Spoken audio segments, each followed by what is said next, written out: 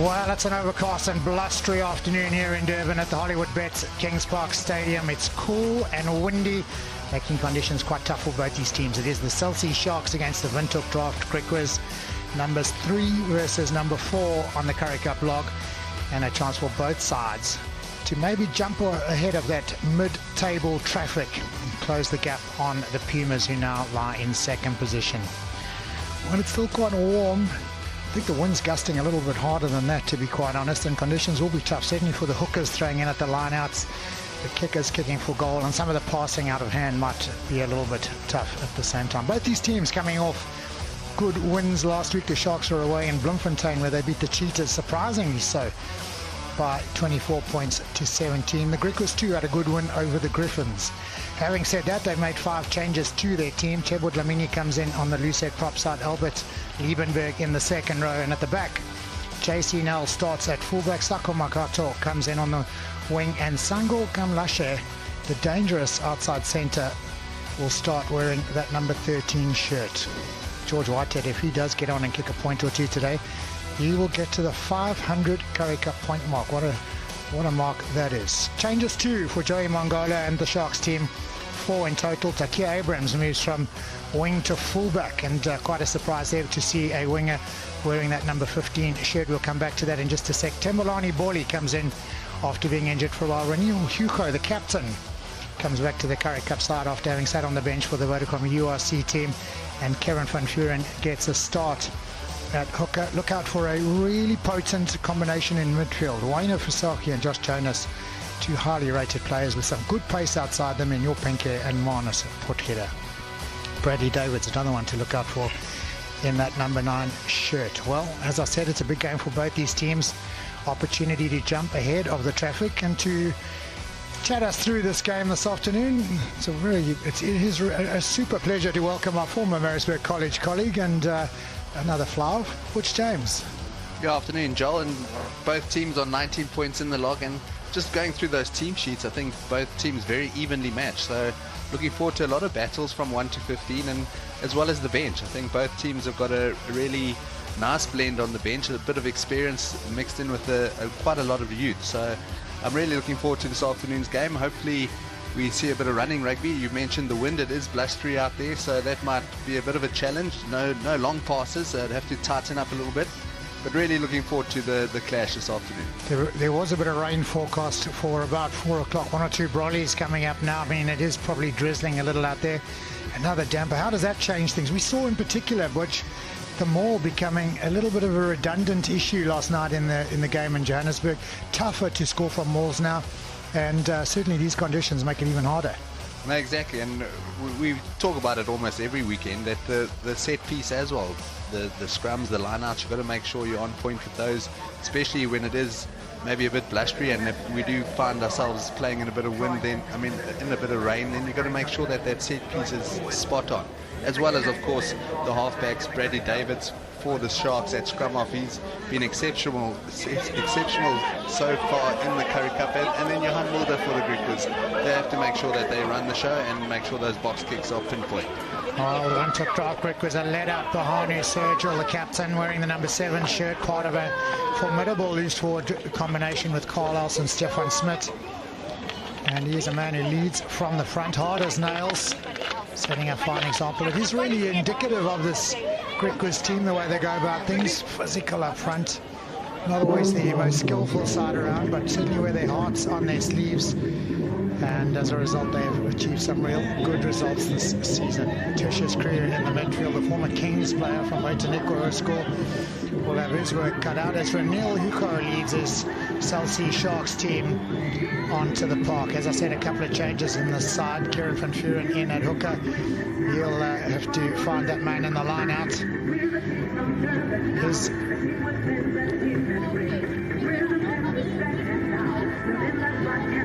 combination with that man there, Oki Barnard, an important one, the young Oki Barnard, only 22 years old, from Westville Boys High School, have combined well in the past, and it's a Sharks team that carry some good form into this contest. Somewhat of a surprise when they beat the Cheetahs last week in Bloemfontein. Today's match officials, just confirmation there. JD Jadizweni will be our referee, Quinton Immelman the TMO. And those little raindrops on the screen tell the story. It is raining a little bit now in Durban. Probably welcome for the farmers, welcome for the homeowners, but probably not that welcome here in the stadium. Will certainly make conditions a little bit tougher. Lionel Cronje, the 33-year-old, will get us underway. Playing from right to left, the Celsey Sharks. Windhoek Draft Griquas will receive. And the kick, as expected, is a deep one down to the far touchline. Trying to trap the Griquas in that corner, making the clearance kick a little more difficult. Outside the 22 is the carry. And now it's inside. Now they'll be able to kick it directly into touch. Johan Mulder awaits. Second time for him. The pass goes back to Fouché. And that ball hanging up there in the wind. Not a huge distance, but you can just see the effect of the wind already, Butch. Yeah, it certainly is going to play a part this afternoon. It was a brilliant kickoff from Lionel Cronje. A lot of airtime on it. Allowed your Penke to get up and put a little bit of pressure on Sergio, who actually carried really well, considering the pressure he was under. Karen van Vuuren, the Glenwood boy, replaced Fajumbata today. Oh, and it's a steal early on for Griquas. Johan Retief with the steal, but the Sharks have come away with it, snuffled up there on the bounce. Davids, going to be a carry from Quesimona. Good presentation, back to the blind side they go. Little inside ball from Yuko Tupenke. And the Sharks showing some good initiative, good movement of the ball. That's got to be hung on to, and Tunu can't, but knocks it backwards. Will be reprocessed again by the Sharks. Slow ball, and to the blind they go again. Yuko with a little dinky hand over the top, clever handling. Making a bit of forward progress, using the tips, coming back to the big runners. Mavasera, we don't often talk about Tino Tende Mavasera, but a real workhorse in the Sharks team as the Griquas come away with it now. Mulder waits, gets it eventually. Fouché, maybe a little opportunity to get it wide. No, it's going to be carried up the middle by Creel. Mulder. Fouché controlling things well, sees a little gap. Oh, almost gets the inside pass away. Play on is the call. Buerta. Mulder again, fast and furious. Griquas clearly attacking that inside channel, this time with JC Nell. Mulder's got to clear quickly. Fouché on the back foot. Goes to boot, kicks it down to the corner, and well positioned is Takir Abrams. Yeah, very well positioned, Takir Abrams. And the Griquas are going to have to make sure that their chase line is really on point this afternoon with that man at fullback. A real dangerous runner, dangerous counter-attacker. No. Let's see how his right boot is. Let's go. Had a good start for Griquas. Defense was really good. Got the turnover. Sharks going nowhere on attack. And it is the Griquas who, in these first couple of minutes, are looking the most dangerous team. Interesting pattern already. The Sharks switching back to the blind side a few times. Griquas with a couple of inside balls trying to get onto that Lionel Cronje channel maybe. So the throw-in will be for Yanko Ace.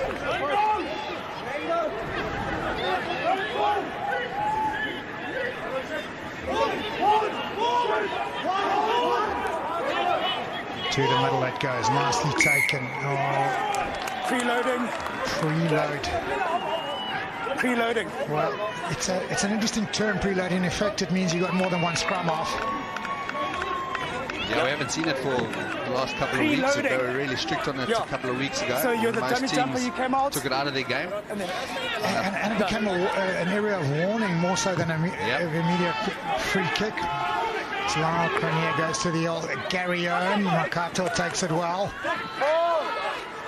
Still on his feet. Gives the support time to get there. Mulder. Oh, it's a big, strong carry. It's a huge carry.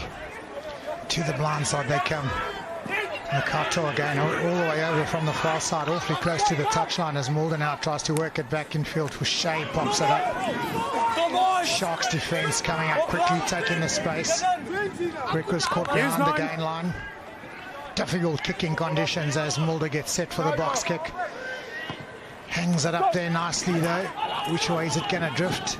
Oh, it's well taken by Lionel Cronje. The block was quite good, I think, from Bradley Davids.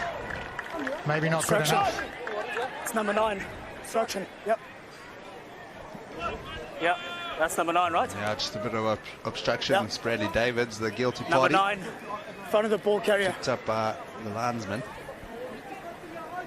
Also made it a bit dangerous actually for Lionel Cronje once he went up into the air.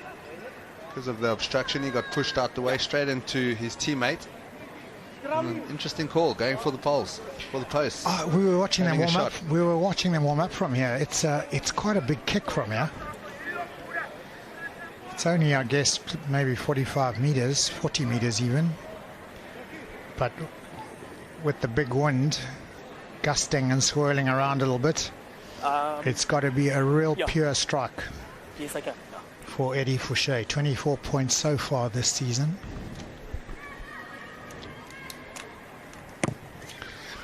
That is a good strike. It's hanging up nicely now, and through it goes. A great way to start for the visitors. 3 points to 0. Yeah, and taking a deserved lead, the Griquas. Here's the obstruction. It's quite hard to see if he's actually changed his line to make sure he is obstructing. Yeah, just test your confidence. It really is a talented youngster, Bradley Davids. Cronje back to the same corner. Carbon copy. Taken this time. Taken nicely and carried forward to maybe just outside. It is outside as Mulder loads. Now it's inside. Fouché onto that trusted right boot of his. Hangs it up high. He's got to go high because the charging Sharks are right there trying to knock his kick down. It's a difficult place to exit from, isn't it, that far corner? Yeah, it really is. It's interesting to see the different tactics of the teams. Obviously, some of them prefer to kick from 9. Griquas was opting to get it back to Eddie Fouché. Normally got a really big boot, so he'll be a little bit disappointed with that one. Van Vuuren. Good contest. A little scrappy, tidied up by Marisera. Is it in touch? It is in touch. Great defense from Griquas. Yeah, great competing as well at line-out time. Byron Peterson, the forwards coach for Griquas, a real line-out specialist. So he would have analysed the Sharks line-outs, and so far it's 2 for 2 in competing for Griquas. Speed it up, please. Yeah, even if you don't want it, just to make it messy and just... Yeah, exactly, not clean ball. Exactly, it's so hard to play from messy ball. So, Janko Ace, looking for a clean line-out ball. To the front, Johan Retouf takes well. Line-out's over. It's a bit of a maul edging towards the touchline. Sharks quite happy with that result as it comes to a stop. Mulder. Fouché with a little dinky chip over the top, trying to find some space. Well covered by Josh Jonas. Oh, and a good little offload as well to Marisera, who loses it in the tackle. Carry on is the call from JD Jedeswani. Surely that was knocked forward. Sorry. Yeah, it is. Call came late, sorry, Jed. So I didn't see it from our position. Yeah, I think that's come from the side of the field again, that call. I just thought JD was in the perfect position to see that. He was much closer to the action than the linesman. Let's have a look. It's knocked out of his hand by Johan Mulder. So good tackle technique, attacking the ball, especially in these conditions, a bit slippery.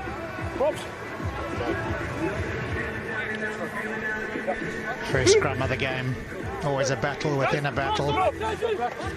Pack weights. Griquas have a big advantage overall. Tight 5, not that dissimilar. Front row also quite similar. Mulder puts it in. It's stable. Rock steady to the blind side he goes. Nice little pass and hands. And then comes a little attempted grubber through. Blocked down. And the Sharks have got it back. Important little intervention to stop that kick going through. And that's a really good carry from Mchunu. Caterpillar getting set for the kick. Davids out on the full Really talented young player, Bradley Davids, but he won't want to see that kick again. Now I think I just put the commentator's curse on him. He doesn't make too many mistakes. Just 20 years old, hailing from the Cape, Paul Jim. Seem to be churning out top players, those Paul schools. Now he's gone for his left boot there. He's actually a right footer. Yanko ace. Last throw was spot on. Oh, it's to the middle this time and taken by Liebenberg. And lost forward. Knock on the line out. Yeah, just the transition to the ripper. A little knock on. With a brilliant throw again from Yanko ace. Pinpoint. Just coming down onto one of his supporters' backs. Dislodging that one. Game quietened down a bit at the moment. Quite a few mistakes, so you can expect it in these conditions, but let's hope that it does get flowing. Just a little calming period, you did right, and maybe that bit of rain didn't help matters as we get set for the second scrum of the day. First one was rock steady. Sharks put in this time. Quasimodo on the near side. It's a big effort from the Griquas. Sharks get it away. Davids are now out to the midfield. Jonas, Takir Abrams, loads of pace. Is that forward? It's not, and it's minus Potgieter on the charge. Centre or wing. He's a real pace man. Makes good territory as Jonas now steps in the scrum off position. Cranier into the midfield. Tembelani Borley. A little bit backwards, but still good ball. Going to be carried up the middle now by Barnard. Not rolling away.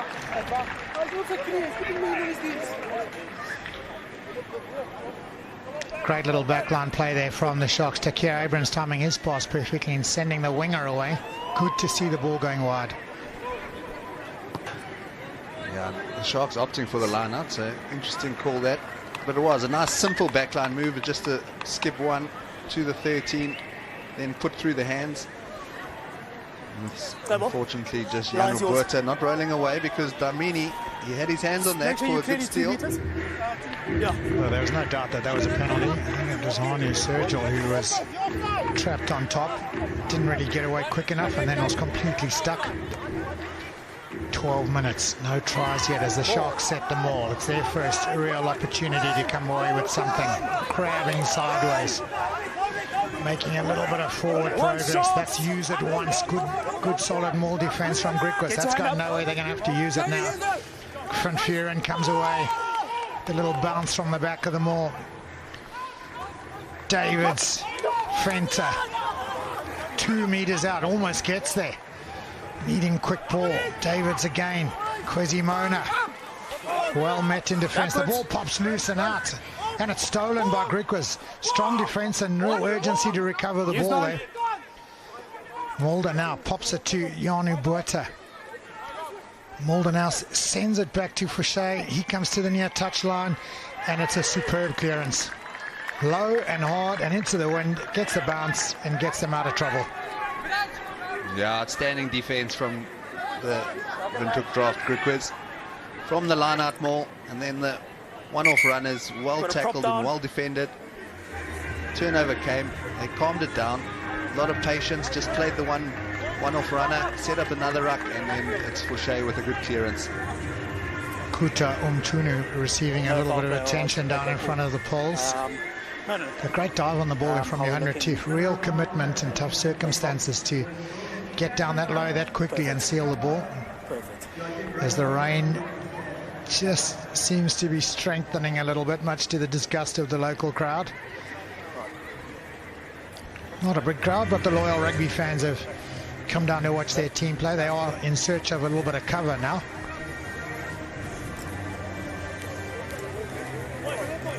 Kuta Umtunu is back on his feet and into the Sharks huddle.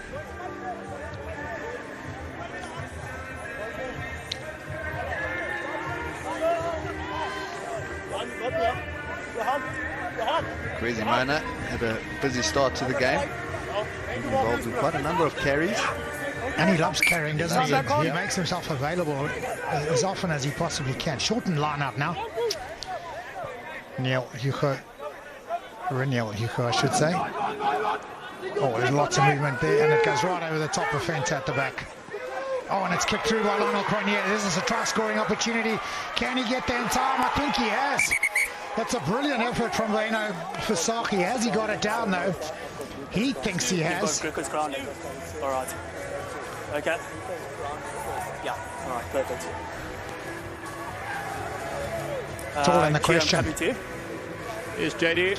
All right. We don't have a clear grounding by Sharks player. What we have at the moment is that it's been grounded by Griquas number 9.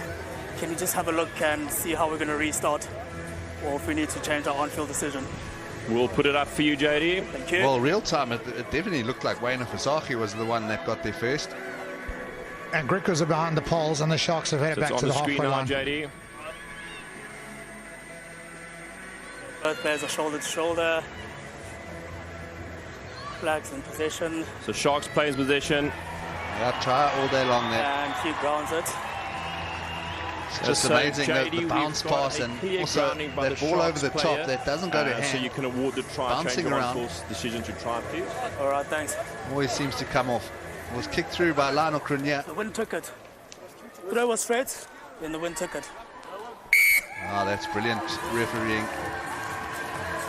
Little question around whether the throw into the line-out was straight or not, and well explained by Chingwele Jadizweni, our referee. Yeah, exactly like a pass, as long as the initial movement of the ball is backwards or the hands go backwards, then it doesn't matter if the wind takes it. That's great chasing by Waino Fasaki. It was a valiant effort by Johan Mulder as well to try get back there to stop the touchdown.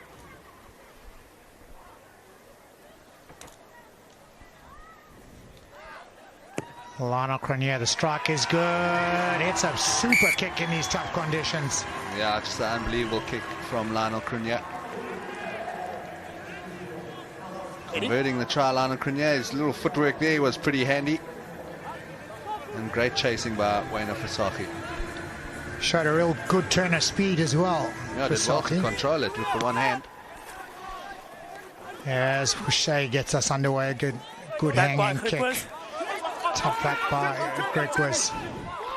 Mulder, his number 8, Carl Else with a good strong carry into the midfield. Mulder, Fouché.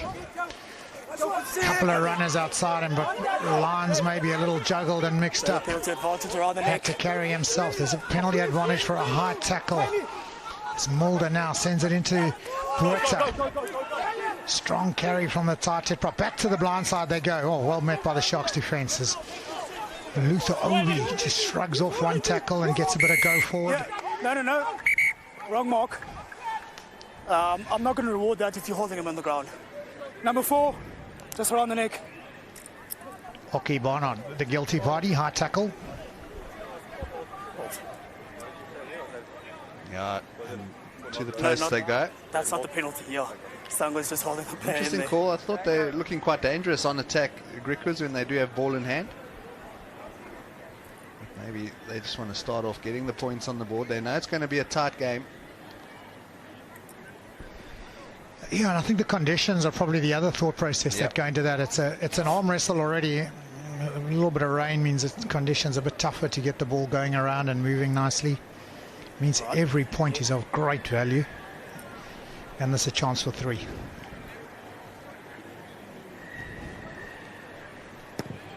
Again, the strike is good. He turns and heads straight back, does Eddie Fouché. 7 points to 6. It is 17 minutes played. That was Eddie Fouché who actually had the carry. Oh no, it's not. It's JC Nell for Griquas. I think it might have been the ruck just prior to that one. Another good strong carry from Yonu Buerta. As Cronier hangs it up there, a little shorter this time. Well taken by Hani Sergil, the captain. Just outside the 22. Fouché can't kick it out direct. He sends it into the midfield. Buerta, just mentioned his carrying ability, gets to carry in front of his poles. And now it's the opportunity to clear from Fouché. Lionel Cronier gathers. Heads infield. There's a bit of space there. Good strong handoff on Griquas, who hangs on somehow. Sharks get it. Oh, little dink over the top. Clever kick from Bradley Davids. And the bounce is a good one. Yeah. Lovely little counter-attack by Lionel Cronier. Thought Mulder had a good chance at that ball. Could easily have been rewarded with the penalty. But then it was Bradley Davids. Clever little dink over with the left. That's you. 5 meters from their own try line. Yanku Ace under a little bit of pressure here. Just a two-man line out and a scrum off. It's all the second rowers lined up there. Jog forward. And that's really nicely done as Liebenberg gathers quite easily. Sergio with a little carry, just opens up the gap a little bit, straight back to Fouché, low and hard. Does well to gather and get his kick away, and a great kick it is, taken nicely by Potgieter. Scott Abrams on the inside, chooses not to use him. Going like a steam train is the burly, speedy winger. Davids, Fenter. Davids again switching play towards the middle, a little bit slow. The defence rush up and take the space from Van Vuren. Davids, Barnard, driven backwards.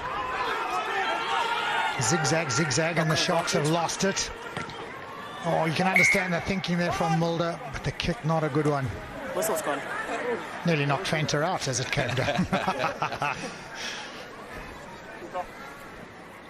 Yeah, it was great defence from the Griquas. As long as you guys don't Carl Else with a huge hit. Yeah. Get the turnover. I would have liked the Griquas maybe to have thrown that one or two passes after that turnover. Nice. So you need some two space quick inside? passes. Let the outside backs have a little crack. Okay, 100. All right. We I was both also agree that thinking we're that gonna maintain body weight, okay? Jan Mulder was maybe looking for the 50-22 there, Joel. Yeah, certainly looking for territory. They've been trapped down inside their last third for the last 5 or 6 minutes. Kieran, agreements? Not really where you want to be playing the game in these conditions. So they have a little blind side to work with here. Tequila Abrams is trying to cover both sides of the field. The wind seems to be blustering from left to right, maybe on the backs of the Griquas. Solid scrum, controlled at the back by Else. Mulder to the blind side he comes. Nice little shoulder from Makato. Retief in that scrum off. Now comes Dlamini. Well worked bit of play from Griquas to get out of their danger zone, almost on the halfway line. Driven back, counter ruck from the Sharks is excellent. Number one off his feet and playing the ball. Tebo Dlamini played it with his hand off his feet, trying to push it back and save it, but it was super counter ruck. Yeah, it was the Sharks' skipper Reniel Hugo spotting that Janu Buerta, he was over the ball, but thought he had it all covered. And the counter attack came in, and then Dlamini just trying to get it back to his teammate. A little hand on the side, on the floor. It was a good carry from him initially, Dlamini. There you see Buerta just taking his eyes off the opposition for a little second. Joined in by his teammate Reniel Hugo, and that's a great counter-attack from the Sharks. Yeah, a little sniff that there was an opportunity to push over, and the Sharks piled in and won the ball, won the penalty. Van Vuren, not taken in the middle by Hugo, but tidied up nicely by Nchunu. Comes out a little bit untidy. Is that lost forward or regathered? It is regathered. Turned over by Griquas. Sergio, he's been prominent, the captain has so far in the first half. You need a better release first. Yeah. It's because of your release. JD Jedazwani, he has become a really good referee, hasn't he? He's maturing, and the experience is just showing, explaining things beautifully to the players. That's not out, as Lionel Cronier waits. Error from Griquas. Cronier just hangs it up there into the back as JC Nell gathers and then puts it to the boot. The Ronaldo skills of Lionel Cronier missing there as he tried to trap it Put them on side. onto that right foot and clears towards the halfway line. The rain may have abated, but the press for territory is still an important part of this game. Yeah, and a few Griquas, let's go. nothing kicks there from both teams actually. Thought the initial penalty one, the Sharks could have maybe had a launched a little counter attack. There was only Someone comes in one the of line, the Griquas one must players come out. chasing. It was Makato with a good chase, but his teammates were all left behind. Griquas in the Sharks half for the first time in a while with the set piece. Lots of movement in that Griquas line. Out to the front it comes. Gathered nicely by the captain again, Sergio, as it now goes into the midfield. Kruger trying to make the offload and can't. Opportunity spurned. Yeah, well taken line out. Although it was in the front, makes the line out launch in the back line a lot tougher, as it allows those backline players a little bit extra time to get up and defend. Looking for the offload. Tertius Kruger. He's a big, strong centre, is Kruger. Had an outstanding game last weekend, and he certainly does give the Griquas that go forward. Crouch. From Otaneko and spent some time in Oudtshoorn as well. One try so far this season. Spent a bit of time with the UP Kings, did Tertius Kruger. Time off. Time off. All right. Okay, let's get the pressure. Okay, relax. Okay. Just two things, guys. Stability, like we agreed, don't work before the time. All right. Stability, don't work. Yeah, he's waiting for complete stability. I'm going to address him right. Okay. It's another world there in the front row. They don't even need a ref. They just know what to do and they get it done sometimes. Best commentary as well. We just keep quiet and listen to the forwards chat Always to the referee. Yeah, Just waiting for the hookers to have a go at each other. Time on. just a matter of time. Bind. Sit. So options to both sides. Bradley Davids feeds. Oh, it's a good scrum this time from Griquas. Sharks clear it under pressure. Cronier hangs it up a little. Did that come off the side of the boot a little bit? It did, and it's directly into touch. That's a poor kick. Yeah, to be honest, I think he was in two minds. Initially, he wanted to go long, and then saw it was well covered by Sharks. Luther Obi. Sharks on the line. So he decided to put it into the air, and unfortunately coming off the side of the boot. Maybe a lack of patience there, really, from Lionel Cronier. Maybe just needed to carry it up, recycle it, get the forwards involved, restart play. Ace taken again by Sergio. Popped out the back. Kelsey. Leon. Mulder's got to tidy up. It's wrapped around the neck as well. Just around the neck. Yeah, it's Hockey Barnard again. Quite odd when you 6'6" and the And the little scrum off running at 4-foot you. scrum off comes at you. Yeah. Hockey Barnard is almost 2 meters tall, 1.99. That is almost 6'6". There's the number 4, eh? He is getting throttled. Poor old Johan Mulder. Oh, no, sorry. Now they have gone for the line this time. Maybe just out of their range, Eddie Foucher's range. So, Henri Sergio has been a key source of ball for this Griquas side. Who is going to be the catcher this time? This time it goes to Liebenberg near the front, juggled a little bit, brought back nicely. Out now, The maul is set. 1-7 out. Mona's got to get out of there. He's not really paying too much attention. Paulie is trying to get out. Mona's still in as Griquas edged forward. Advantage. The advantage now being caught. Oh, it's a tap and go from Johan Mulder. The little offload, beautifully done. Kruger was awfully close, and now comes Foucher. He's dropped it. Oh, another error costing the Griquas. The pass goes over the top. And Takir Abrams juggles with that, dances with the sidelines, keeps in field, and the Sharks will have a chance now to clear. Not just yet.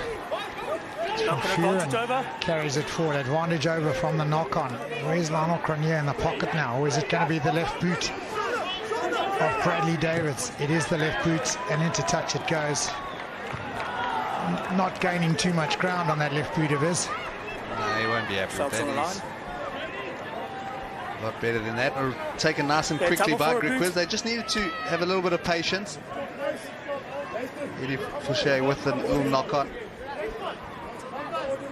It was a good counter. I like the Sharks' intention there. Turnover ball. They knew they had the advantage from the knock on. Plays up.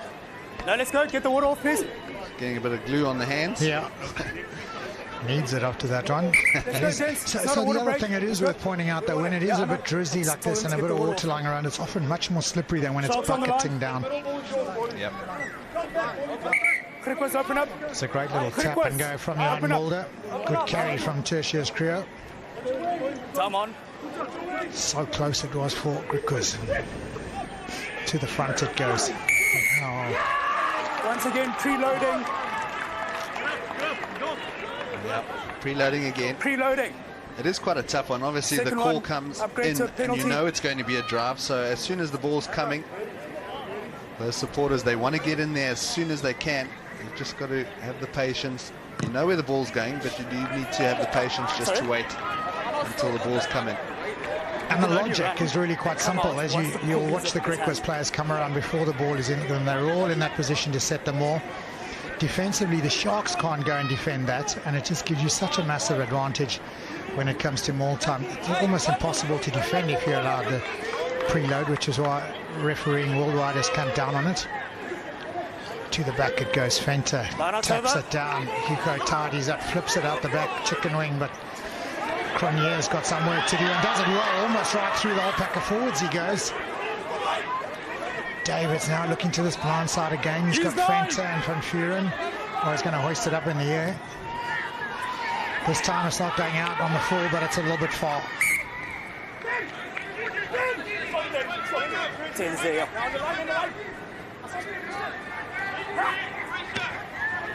Yeah, the option was actually there for Bradley Davids just to dink it over again like we saw from him earlier in the game. It just took too long to get it out of that ruck. There was no one back there. JC Nell came right from the other side of the field to cover that kick. Wouldn't you rather see the Sharks keep the ball in hand though? 35 metres out or so, 40 metres out. Be patient, build some phases, try and wear the opposition down, create some momentum. To the front it goes. Barnard. It's a great contest at the line out, and Barnard's really struggled to get it and hangs on for dear life. Goes to ground eventually. Davids now. Bolly. The tackle is a good one. Davids now to Cronier at the back. I'm not sure what that kick was meant for, but it's not his best.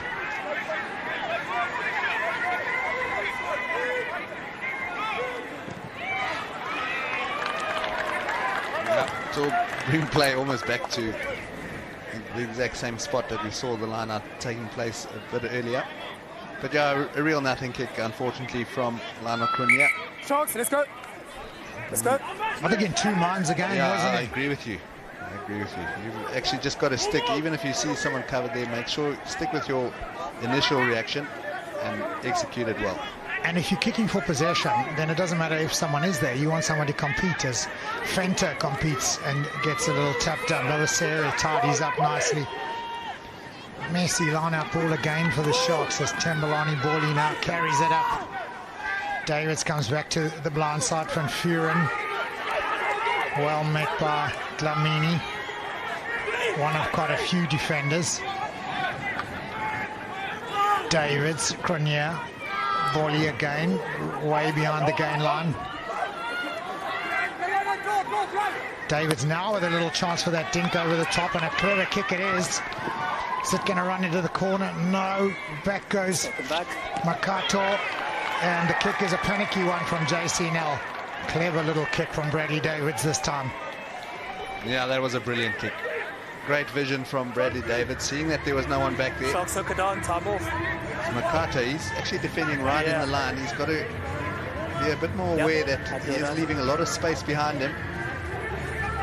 And that may well come from the zigzag approach of the Sharks. Yeah. Keep on switching direction. It means that wing comes up, goes back, comes up, goes back, and this time he's up. It means there's that space at the back. Actually, Kieran van Vuren, who was on the wing chasing, he had a little collision with Bradley Davids. Bring the charge down. So 31 minutes in, 7-6 the score. Not too many opportunities to score in this game so far.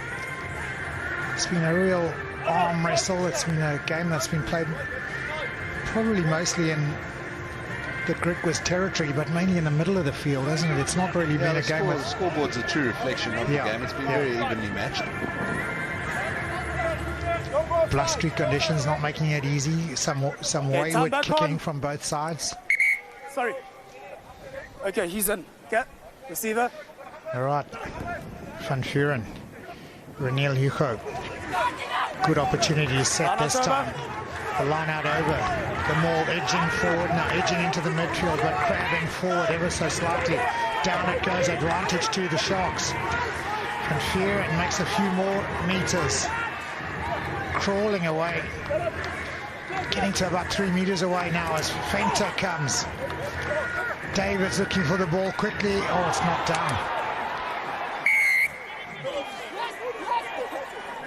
Yeah, I'm not surprised to hear that second blast, and I think we'll have another look at this one.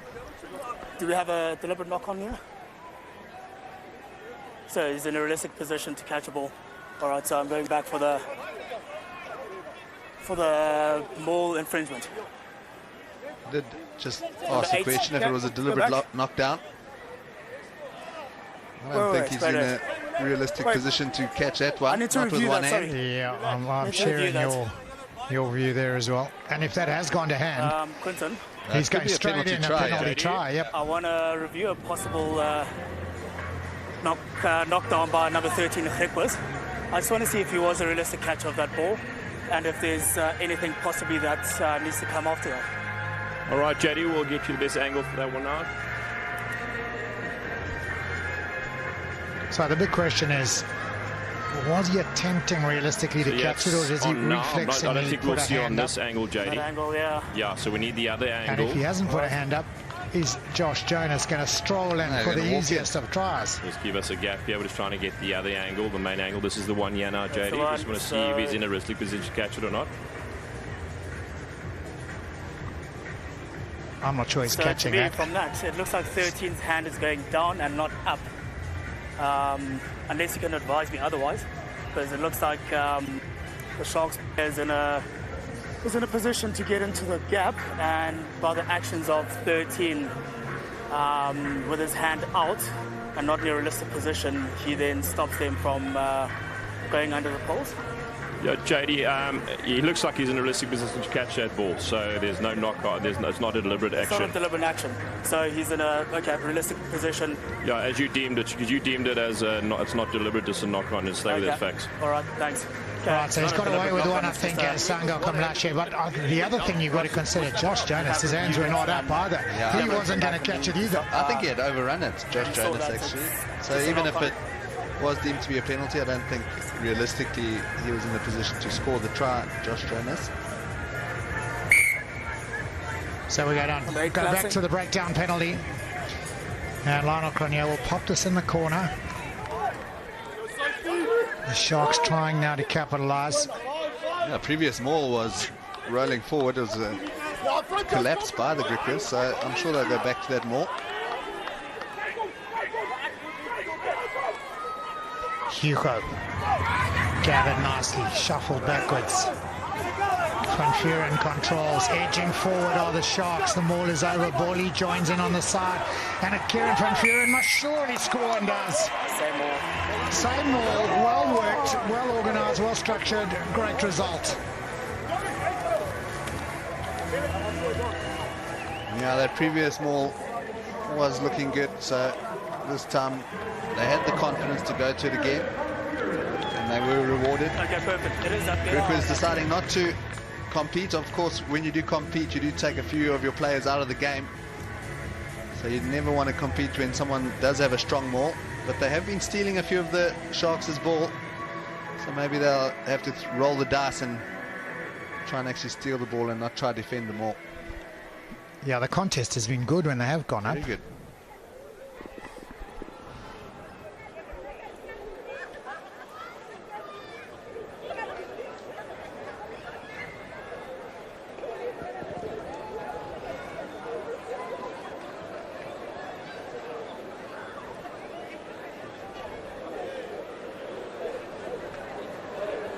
Grania for the extra 2.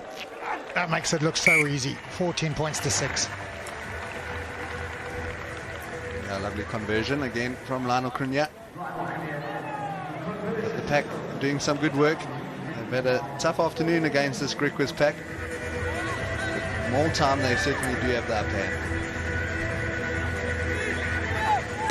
Fouché goes a little deeper this time. Griquas will gather and go straight to the boot. Almost straight to the boot. And then straight to the boot. Caught us all with a little dummy. The clearance was a good one. Clouds seem to be lifting a little, definitely a little bit lighter. Now Griquas, good attacking position. They'll want to try and get some sort of points on the board before half time.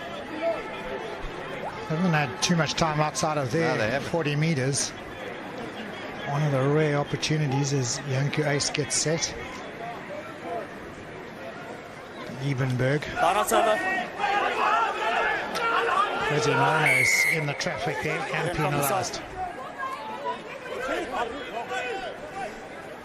Yeah, he's been penalised a few times, Quasimodo, just coming in from the side. As long as you bind and take your position on your side of the field, and then if the ball does roll and turn around, they're clearly in, and then binding on the side. Quasimodo. Well, he drove Tebo Dlamini away and then just hooked in on the angle there. Forgot that there was a linesman right next to him. Yeah, exactly. If we went fast, we'd say it was forwards. Janko Ace throwing in has been, for the most part, excellent. To the middle it goes again. Liebenberg taps, a little scrappy, tidied up by Stefan Smit.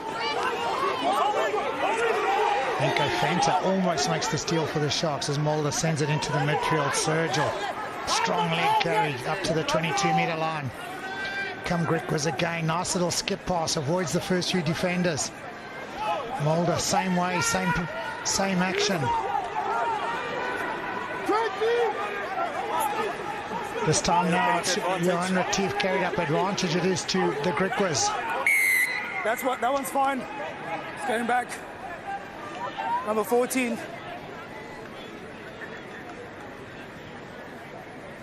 Another big call for Griquas. I think up against the touchline, they're going to go for the corner. Come off the side of the boot. Yeah, from there you got to be kicking it out closer to the goal line. You need to be hitting. It was a good tackle by Josh Jonas along with Yorpenke. It's actually Yorpenke not rolling away quick enough. He should have just kept still because that ball was available. So the clock winding down to half-time, 4 minutes or so to the break. Ace, oh, it's over the back to no one, tidied up by Karen van Vuren for the shot.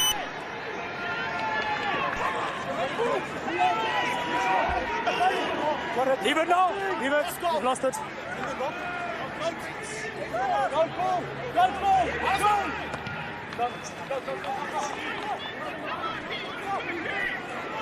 Gathered by Luther Obi from the far side. As the Griquas look to come again. Fouché, is there a bit of space down that side? There isn't. He puts it on the left foot into a bit of open area as Yorpenke goes back to Keir Abrams. And, well, that's not the kick of a recognised fullback, but it's a clearance nonetheless. I'd like to see him backing his attacking abilities into the 22, but there was only one defender rearing down on him. So Captain, maybe throw the dummy speed this up, please. No huddles. and have a crack. He's got unbelievable attacking skills, so I'm sure he would have made it past where that ball's gone out. Yeah, and the Sharks would then have kept the ball. Instead, they've given it back to Griquas, who have another chance now To the middle it goes. Liebenberg, he's been prominent in the lineouts the last few minutes as it's carried up by Krier. Strongly into the midfield. Round the corner comes the hooker, Janku Ace. Making good progress. Nice wide carry as well. Dlamini into the 22 he goes. Mulder controlling things well. Puerta. Griquas finally making some good progress. Nice little pop pass, and it's dropped unfortunately by Makata. Now comes to Q Abrams with a bit of time and space. Fenter almost gets it away. That's not advantage over. Yeah, it's good. That's good defense from the South Sea Sharks. I like the attack from Griquas as well, sending the big Tertius Kruger up the midfield. Ball carriers around the corner, Outside. carrying well. Let's go, gents. Little knock Let's on. keep the tempo. And then the reactions from the Sharks were also really good, trying to shift it. They got it in the right guy's hand, but it was a bit congested there for Takir Abrahams. Yeah, He needed a little off. bit more space. Just needed one more little One soft more. set of He hands should have been there. the second receiver, and then he would have been gone. Because I have to push it in so that I can hear you guys. Yeah.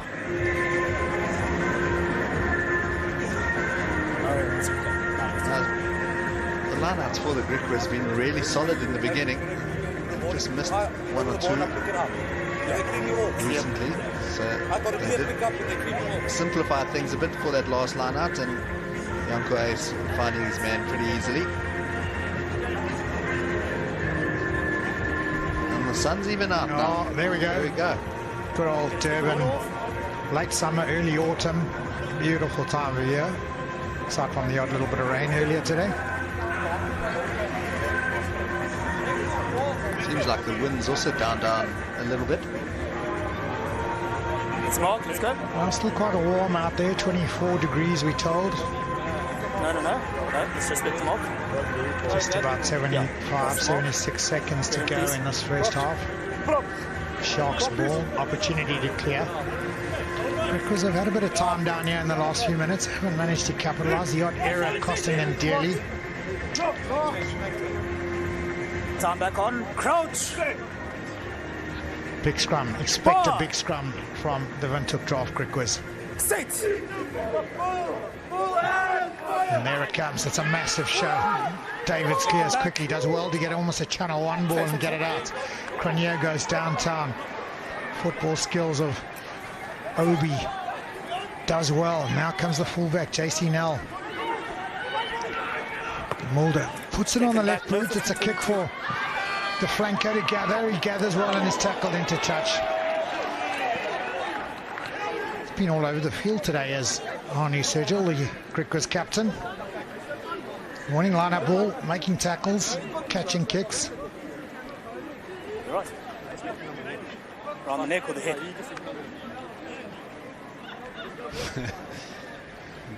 Cronier took a bit of a knock there.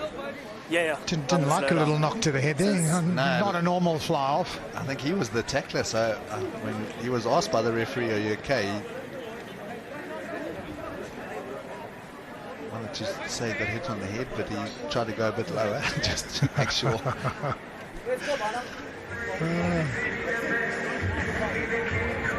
all right, thanks. Okay, there's no head contact, Captain. So this is Rita Banks and Charles Obi.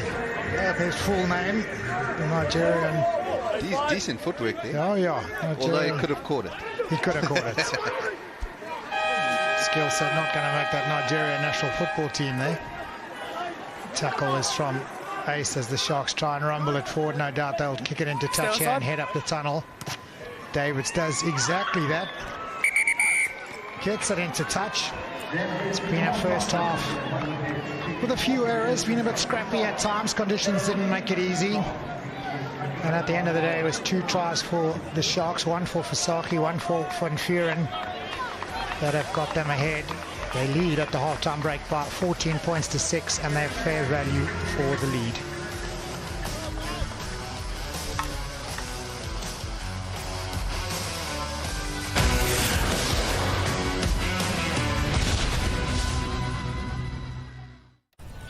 Over the horizon, a familiar glow, ushered in by countless beeps, buzzers, and trembling blocks. Here we are greeted by the things we love. And what lies ahead is endless and happy. A book with blank pages eager to be filled with things that are good and moments that are great. And it all starts with a familiar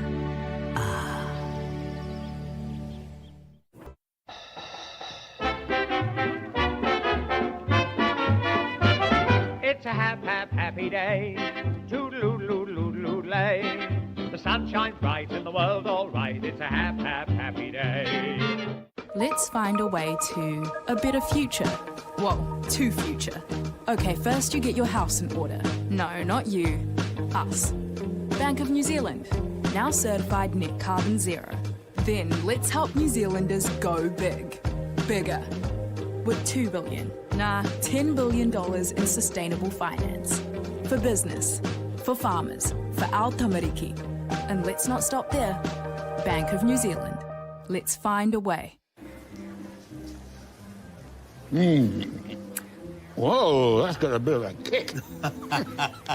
Beautiful. Yeah. The Macca Spicy Chicken range, it'll make a chicken lover out of anyone.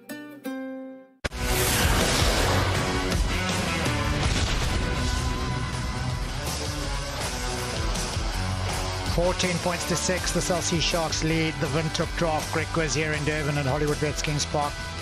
First half fraught with a couple of errors, a lot of opportunities for both teams, but unfortunately not too many taken. It was the Sharks who managed to take 2. One was from an error from the Griquas, the ball over the back of the line out, being hacked forward by Lionel Grenier. Real good chase from Oino Fasaki, who managed to ground it in the corner, and then a really good structured maul that resulted in a try for Karen van Vuren. For Griquas, just the 2 penalties, and they will have to chase the game a little bit now. They trail by 8 as Jada Zwini has a little scrum conference with some of the Sharks front row. The Sharks are on the field already.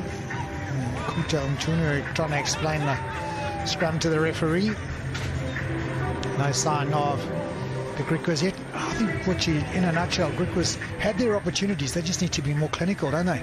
No, I think that's 100% spot on. And also just to start playing in the right parts of the field. I think when they are on attack, they look way more dangerous than the Sharks have. I think the Sharks, to launch their attack, they've really battled a little bit at line-out and scrum time. When it's been their ball at the scrum, they've been pushed backwards, so it doesn't give you a good platform to launch from. So I think they've battled with that initial launch to get over that advantage line, and then from then they're just trying to play catch-up.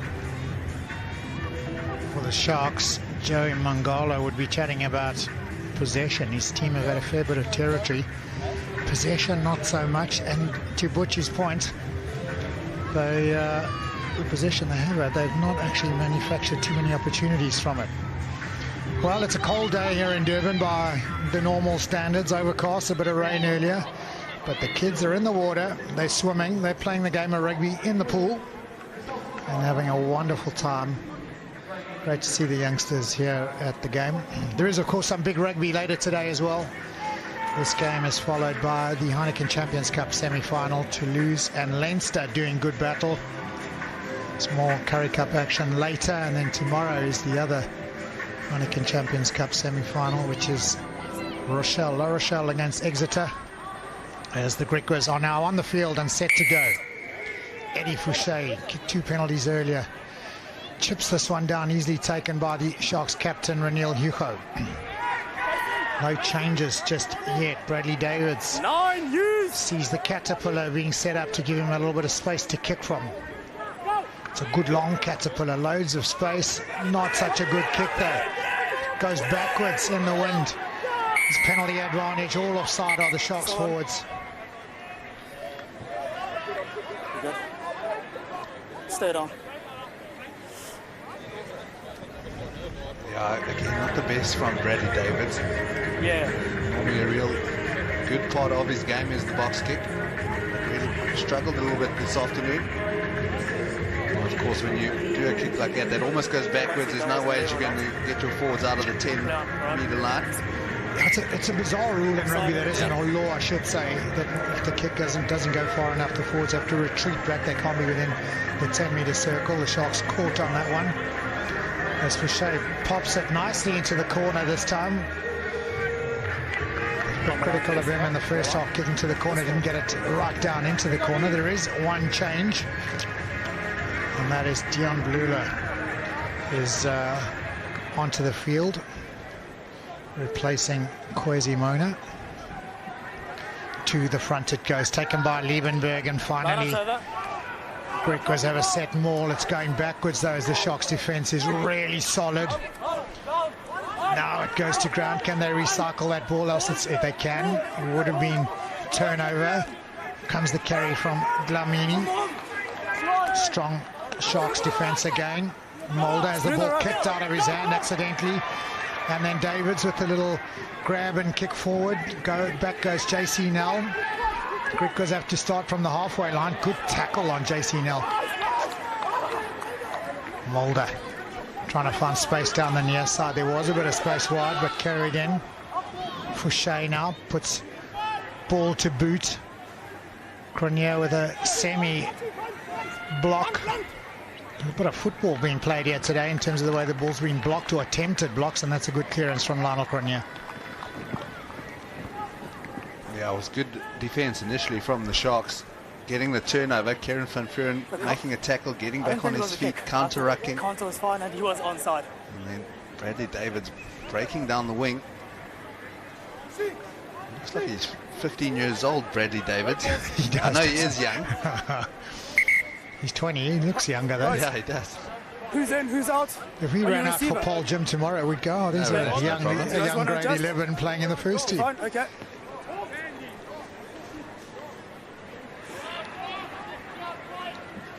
Ace. This time to Retief at the front. It's again untidy and scrappy as the Sharks compete well. Almost win the jackal ball. At the back now, it's Dlamini playing scrum off, and into the midfield it's carried. Sergio, the captain, who's had a really industrious afternoon. Mulder back to the blind side. Nice slick handling from Liebenberg. Mulder skips one. Fouché looking for some runners. Sergio again back to Fouché. Nice initiative from the Griquas. Hold on, down. Wow. Ten Malani Bali. I thought the ruck was formed. Yeah, I have to agree with you there, Joel. Even once he had his hands on the ball, he was nowhere near on his feet. And there'd been a player from Griquas making the clean out already. I think Sharks a bit fortunate to get that one. There's Kruger, the cleaner, so it is a ruck, and now he's off his feet. I thought it could have gone the other way. You win some, you lose some. Yeah, lucky we're not referees. Hardest job in the world, I reckon. Every decision you make, there's 15 people who agree with you and 15 who don't, let alone all the fans at home. So Van Vuuren to the back, Inko Fanta. Oh, Mavasera, nice little feet from him. Make some good space. Back to the blind side come the Sharks. In behind to your Pinke from the far side. Back from this side. Davids. Blua trying to get it forward. Well met, well tackled. Davids again. Van Vuuren now in the midfield. That long pass means the defense can rush up and take the space. Oh, the little pick and go. Chunu rumbling forward and wins the penalty.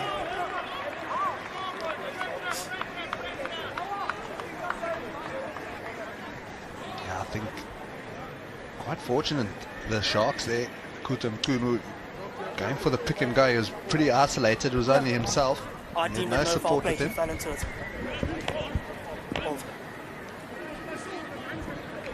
Yeah, it's not a bad call this. 14-6. He had no supporters, but he did well with the handoff, buying his teammates a little bit of time. It's just Sergio, he was just lying on top of him, so not allowing quick ball. He's been outstanding for the Griquas as Hanru Sergio, their skipper. Easy kick, no mistake for Lionel Cronier. Yeah, much better launch for the South Sea Sharks from the line out. It was Mavasera breaking off from the back of the line-out maul, getting well over that advantage line. Fouché gets us going quite quickly. It's a poorish kick. It's low and easy to take for Hugo again. Thought about the kick, did the Sharks captain. Thought better of it though, as Davids gets set to get that left foot into action again. No up and under this time. It's kicked downtown. Back is Fouché. Low and long, he tries to go again. Davids is back there. Oh, that's a bit of a hack. And taken by Sergio. He's got numbers outside. Good little pass. JC Nell, tall and rangy. Heads infield, gets away from the touchline.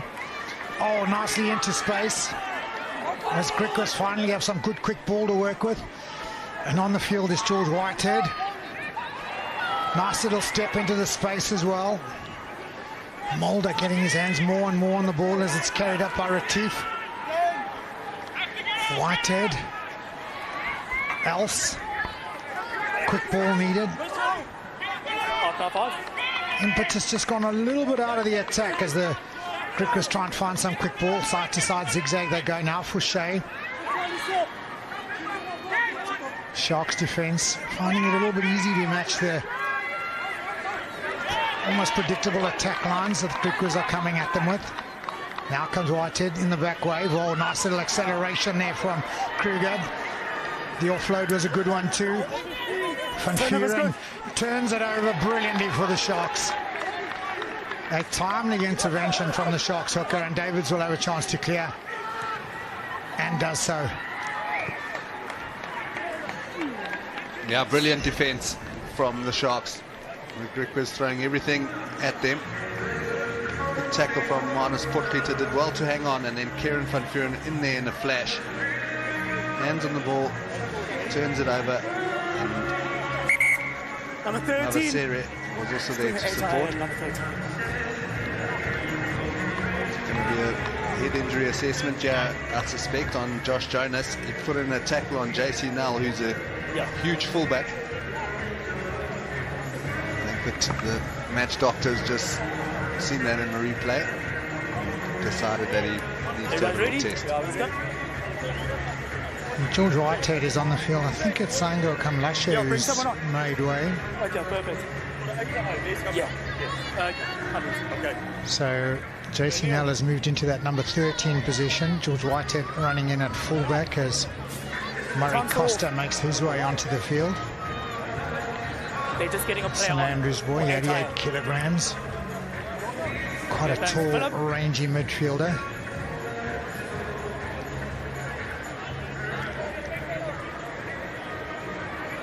So, still in the attack zone for the Griquas.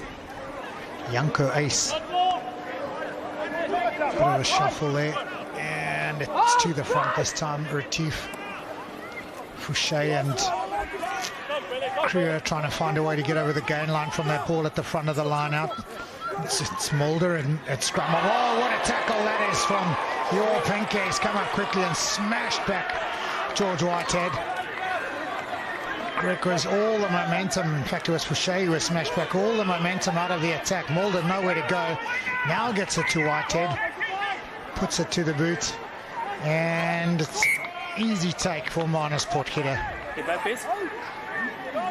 Taps and goes quickly, sends it to Davis.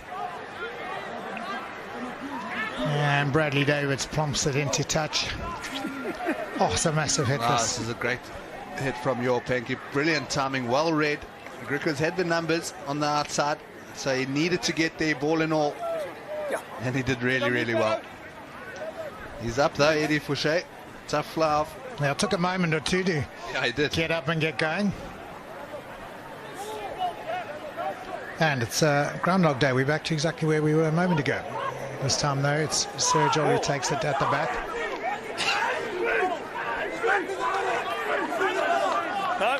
Captain, no. Rumbling forward a little bit. Ace controls it. Still making a bit of progress. The Vintook drop Griquas. That's a green player down there. Almost collapsing. They got to use it once. Right, and that's beautifully through the middle as Kuta and Chunu. And it's a Sharks turnover by the look of things. Davids waits. And his numbers out wide here. If they can move it quickly. Oh, beautifully done. Costa now. Penke. He's got to clear Abrams outside. He kicks it forward though. Chasing back is Sako Makato. Oh, did he ground it? That's the big question. Slipped, lost his footing over the goal line. Either way, it's trouble for Griquas. Yeah, well, it was brilliant play from Penke, putting it onto the boot. Brilliant chase. On-field decision is no try. Yeah, on-field no try. The green player attempting to ground. Just want to see if there wasn't a black hand before that green hand. Yeah, I think it was a brilliant chase from Takia Abrams, Manus Potgieter and Penke. The three of them were having a little race to see who could get there first, and I just feel that he's knocked this off. It's on screen. So green takes it back. Backs it back. Green grounds it as well, yeah. So he takes it back 5 minutes. Yeah. 5 yard. It's going to be a scrum. He's carried it back. So he plays it before the end goal and then he grounds it. Back. He's still in it's going to be a scrum for the Sharks back there. All right. Yeah, we'll give them a great attacking opportunity. There's a nice big blind. Am I back on screen? You back on screen, sorry, Jay. A little shake of the head. It's not his fault. It was a tough situation he was in. Takes it back and then grounds it. Yes. If Takir didn't score, isn't that damning on our play? He didn't score. No. No, there was no foul play. It's their ball. Interesting question from Manu Sergil. He's saying if he didn't score it, has he not dived on our players? It's not a penalty. But it's not for the ball there. Yeah, very much so. But you've picked on it already. This is a scrum for the Sharks in a very attacking position. Yeah, they've got to make sure that the scrum is solid though. There's the mark. They have battled a little bit on their own ball. Okay. So it's a really important scrum for them. Those big boys from Griquas, they'll be wanting to upset that scrum. Maybe even get a penalty for their team. And Dejan Blula, the former Stormers in Western Province, 123 kilograms now in on the loose head side. Will add some weight to this Sharks front row. Come under pressure once or twice at scrum time. They've had to clear it quickly.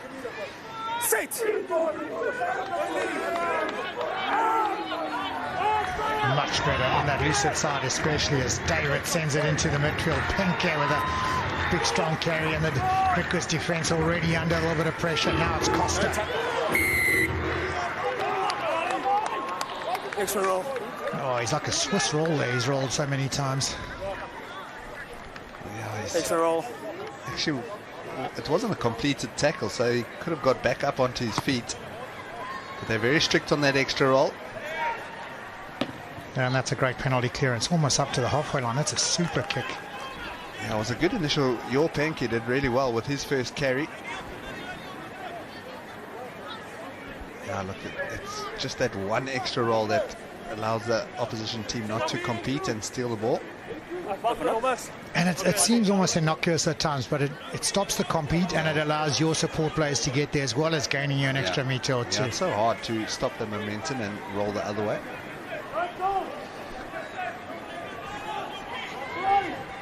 Yanko Ace to the front this time.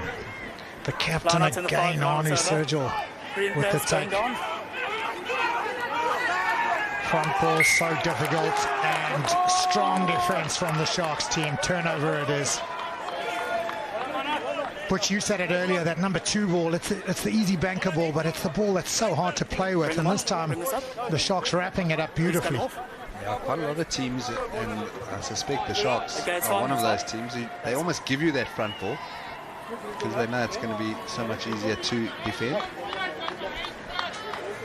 Sherbaum, he makes his way onto the field for Albert Liebenberg. It's about time now that we will be seeing those tactical changes. Liebenberg been really good in the lineouts. Had an industrious game. Sherbaum, Varsity Cup specialist from the University of the Free State. Getting a run today. It's a better scrum from the Sharks again. Blula making an impact already, searching for the penalty now, the Sharks, but that's gone up. Time off. Great contest. Yeah, it has been in this second half.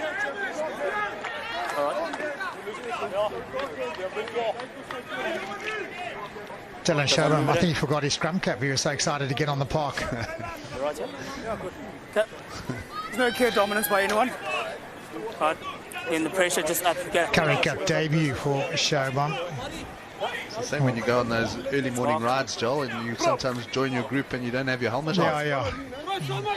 Get up in the dark, get dressed in the dark, ride out and hit the panic button. That was Shobham there.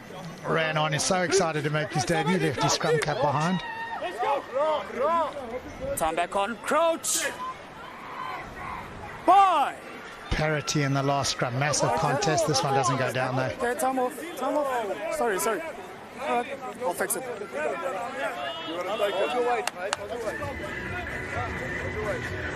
Was the cadence a bit too quick? Was the cadence a bit too quick? Yeah, good. There'll be a lot of people at home wondering what he means by the cadence a bit quick. It's the calls coming a little quickly. Time to react maybe just not enough for Griquas. Okay, let's have patience. Time on. Crouch. Bye. Sit. Oh, there was an early set from Blue. He's got away with it though, and the Sharks get the advantage. Big scrum and away they come. Your Pinky off his right wing into the midfield. Shea makes the tackle. Davids. Tambalani Bolo. Good to see him back after his injury. Reniel Hugo. Oh, out the back, the second wave. Oh, well worked. Henko Fenta, beautiful hands. Melisera. He's got Pinky on the outside, doesn't need it. Now he's got in Davids or Cantor in. It's a beautiful run from Melisera. And the little scrum off Bradley Davids gets a super sharp score. Try number 3. And the game becoming a little more secure by the moment. Yeah, a little scrummy. He gets rewarded with the try. There was a lot of good work done by a number of the Sharks players. I thought Waino Fasaki does really well here to get that pass away. And then the handling's good. And Mavasera, he's been asked to make a lot of tackles this afternoon. And finally getting a little chance to have a run, and he does really well. Great try that from the Sharks. Yeah, good carry as well in the build-up by Tambalani Borley. It was a strong carry into the midfield, and then came the second wave with a little bit of structure, a little bit of accuracy, some good handling, particularly from the forwards, and some real good use of the space out wide.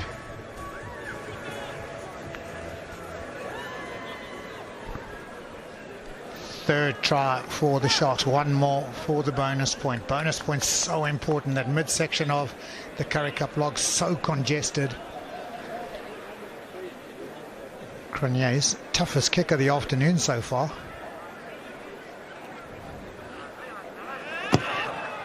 And is it coming around? It is coming around. It's a super kick. I thought he'd scuffed it, but over it goes. Yeah, it didn't sound like the best strike, but it was really well worked by Lana Cronier. Those hands from Reniel Hugo as well.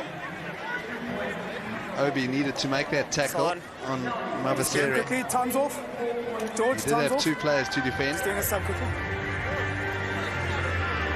Sharks celebrate. Really good try from the youngster. Time back on. Couple of changes now. Sean Swart comes on for Yanko Ace. He's had a good afternoon, Yanko Ace. Davids just starting to come more and more into the game. Made a few early errors, but becoming more and more accurate the longer the game gets. We're in that zone, aren't you? Yeah, not a bad clearance from Bradley Davids. Yeah, that is perfect. Open. Griquas ringing the changes. And the props also going for a long time. I'm sure there will be another change. There's a change at hooker, but I'm sure one of their, or 2 of their props actually, as the Sharks. They bring on Dan Yerster and Monroe Jacobs.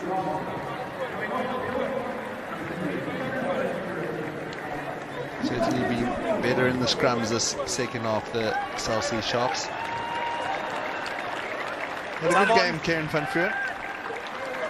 Under pressure at line-up time. And I'm tuning as well, actually. He's carried up nicely, defended well. strong contester at the breakdown as the Sharks try and get play going again. Davids, a little bit longer this time, looking for a bit of territory. Taken nicely by Sako Makato.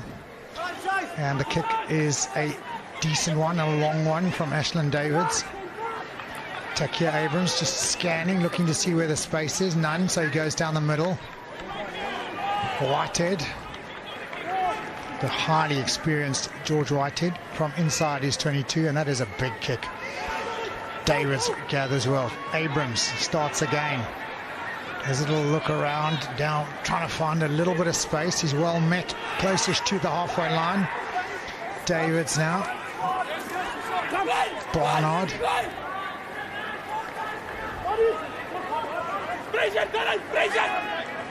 Downtown again he goes. Davids with a regather. Whitehead. A little bit of kick tennis going on at the moment as both teams fight for a bit of territorial. Not quite advantage, but a bit of space on the far side. 1, 2, 3, 4, 5, come.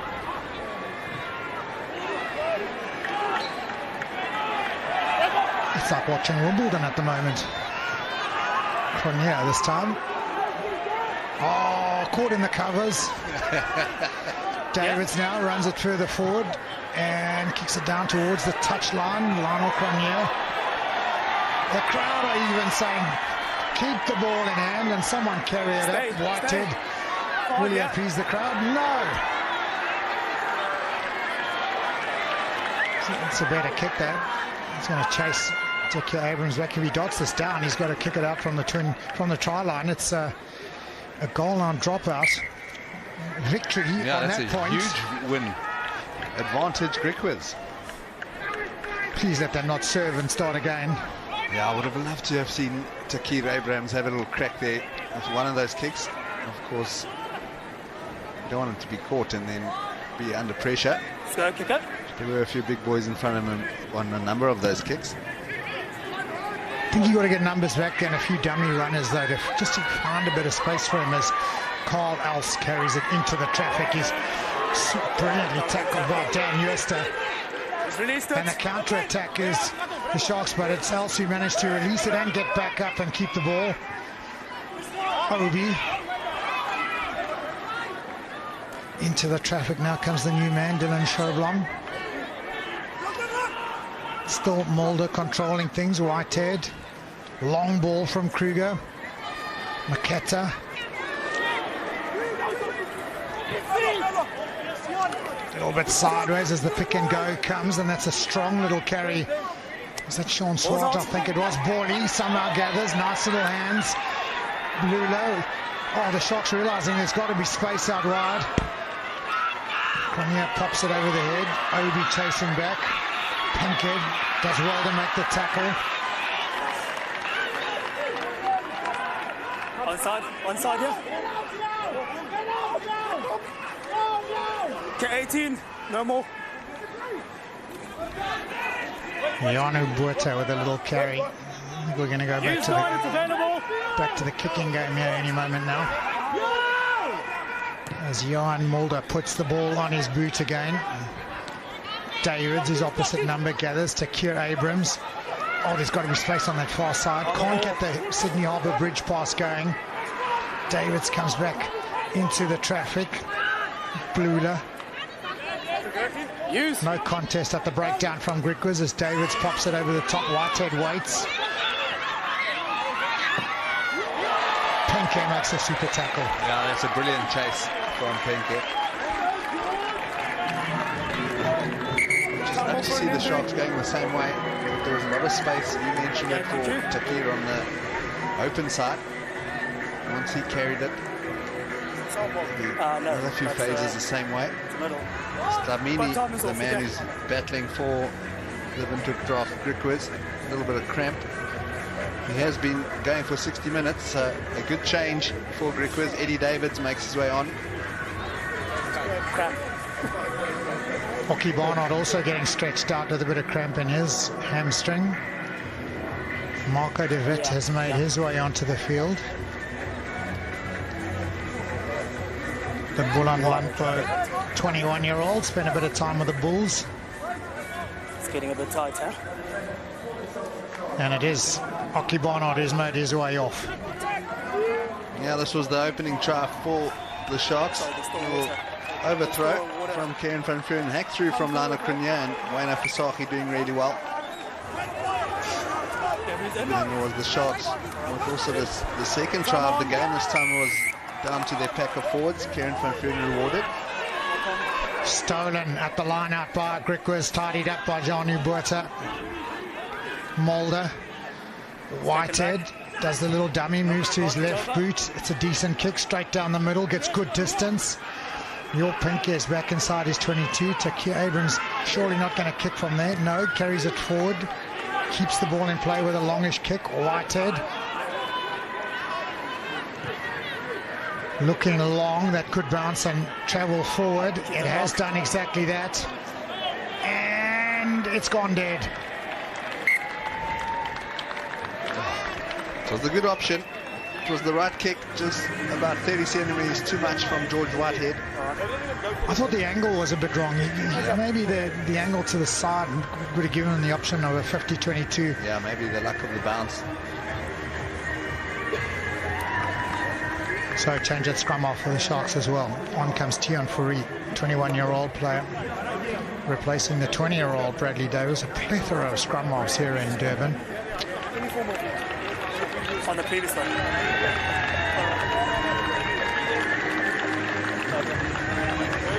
And on the other side, it's Regan Orania who comes on, replacing Johan Mulder. Time off. And I thought Mulder was good for the Griquas. Too much. This was Bradley Davids. Probably not his best game we've seen him play, but it was still good nonetheless. And he got better and better, didn't he? He made a few kick mistakes. And just shows you the base that once you've got a good base, you, as a scrum off, do play a lot better. The Sharks battled line out and scrum time in the first half.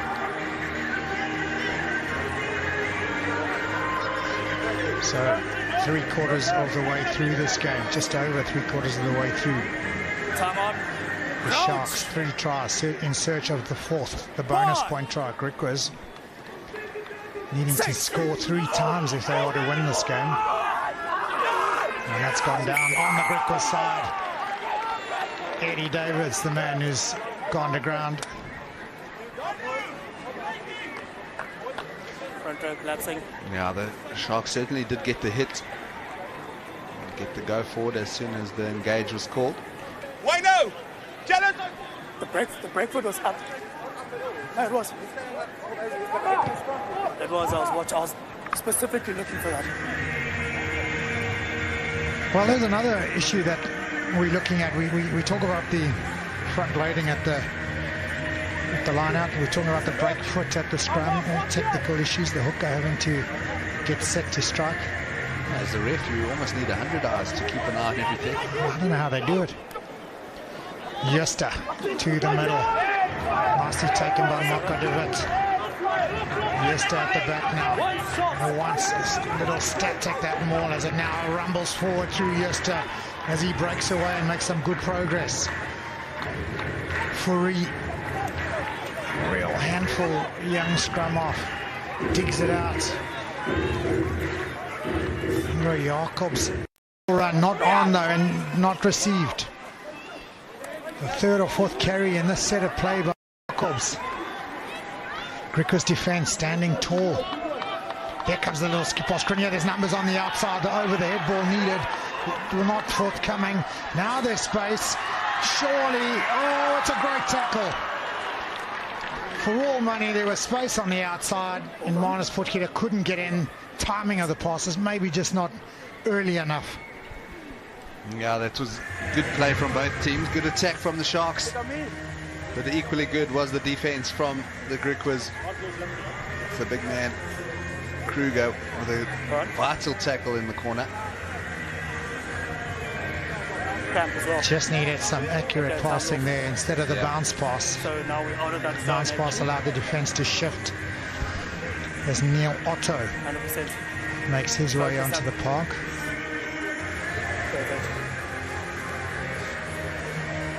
Okay, we've got a sub. Yeah, I'm not sure he's going to come off for the Griquas. The only man left on their bench is Junior Bunda, the tight head prop.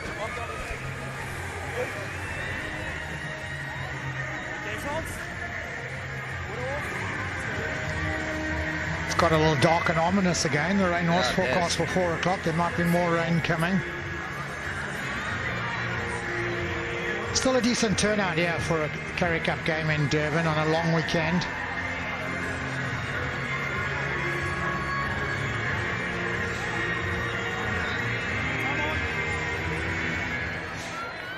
To the middle, it goes well taken one-handed, and Whitehead steps back to make the clearance. Nice little exit from Whitehead. That is a beautiful kick. It's not out, but it's long. Cronier's got to go back, and it's Potgieter's got to go back way into his own zone as Abrams now looks for the 50-22. Davids, Ashland Davids it is. That's a great kick. That it will be a 50-22. Oh, Cronier just gets it before it goes out. Throws it inside to Abrams. He's got to use his pace to get away from the defense. Now panicky kick. Gets it out.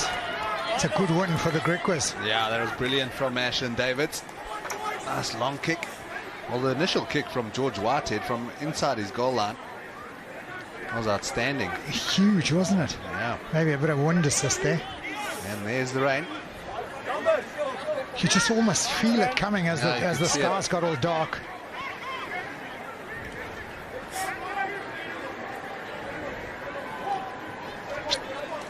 Sean Swart to the front again. So hard to work with that ball, and it's knocked out of the hands in the defensive effort. Swart tidies up again.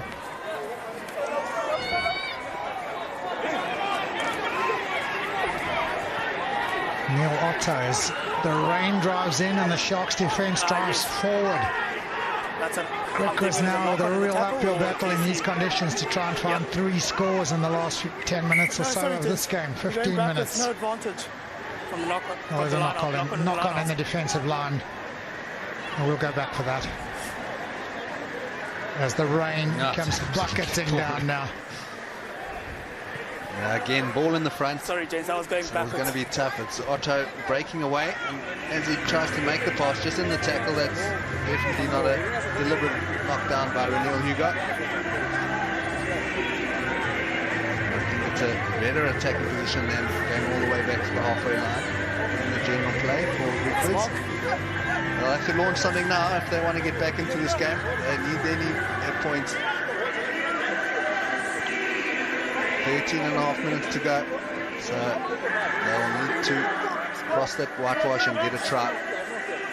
It's going to be tough in these conditions. Yeah, and you'd think that now is the time. That in this sort of set of phases now, they need to get some reward, some score on the board. If they are to somehow win a game where they've had good territorial advantage at times, but no real result on the scoreboard. Not on the mark there was Regan Orenya. Not next to me. Hits and chase. Scrum's under pressure. I don't know if it would be a good decision to go for the scrum. They've gone for it. Well, they did get 1 or 2 real quick channel 1 balls. Yeah, that's when what it they've got to go for. They got to do it again now. The Sharks did it earlier as well. Before the front row changes, when Griquas were maybe dominating up front.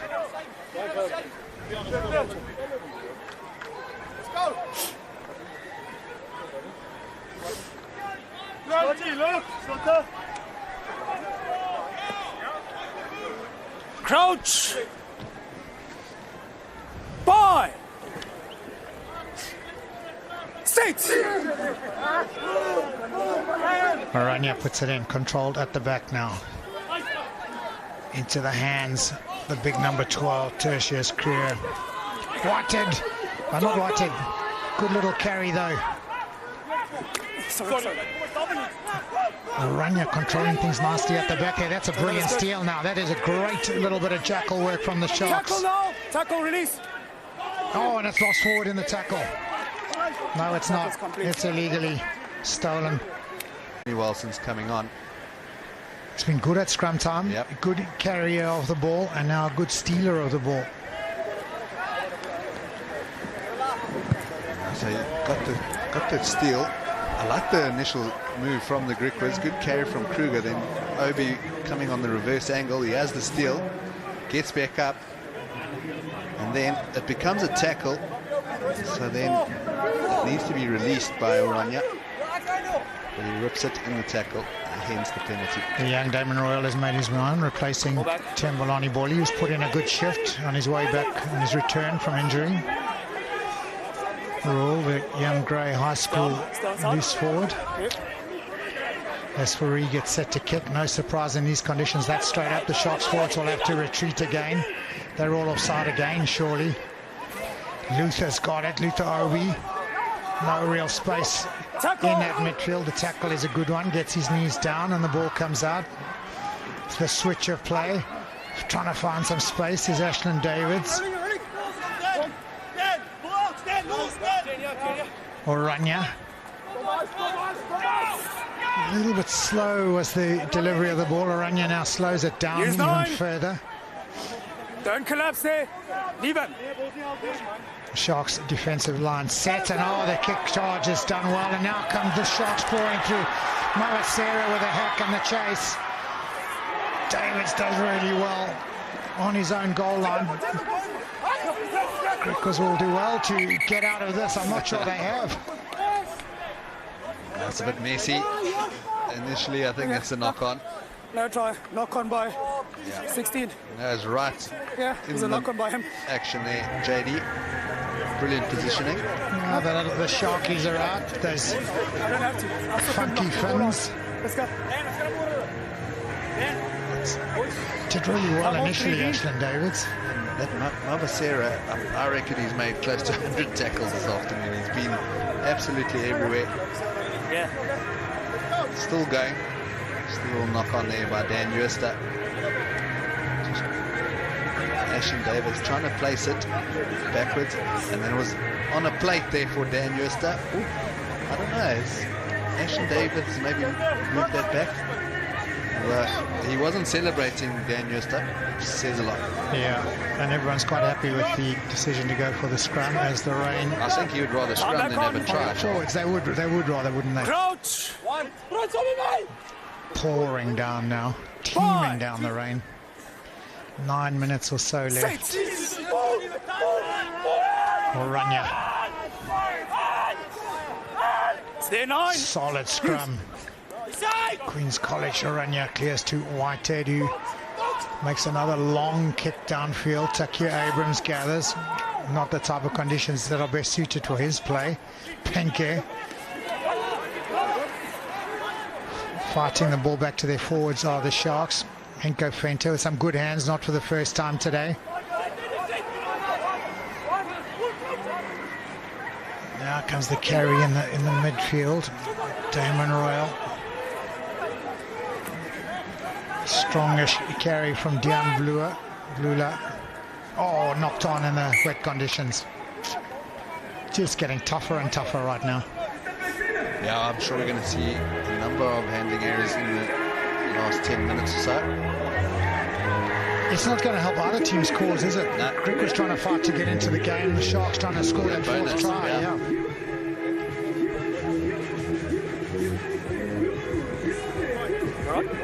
That's amazing, this Curry Cup, how many youngsters come through. I was looking at the average age of the teams earlier. So many young guys. If I run through the bench, it's 23, 23, 21, 21, 20, 24. Fred Zailing at the moment is not on yet. He's the old bullet in the team. Yeah, I think Lionel also just ruining that average. The two flyers, they'll be sitting up here with us soon. Crouch! 5, 2, sit! Regan Oranje feeds the scrum, comes out quickly. Whitehead is awfully, in fact it was Greer flat. Whitehead with his second round carry. Takir Abrams must surely kick it downtown. This is a game in condition of territory right now as David brings it forward. Makata with a strong carry. Been good in contact as the right winger, Whitehead. Nice little show and go from JC Nell. Tall, big man, suited to getting it into contact. That's a nice little skip pass across the front to Else. Oranje trying to play on it. It's Henko Fenter who's away. He could go the distance here. It's a gift for the bonus point try. The collection was good, and Fenta's got too much pace.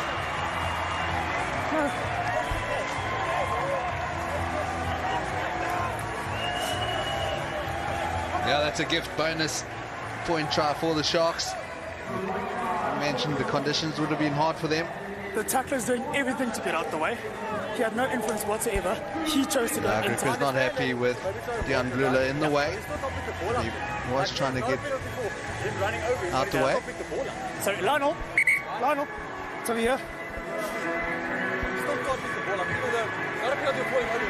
Yeah.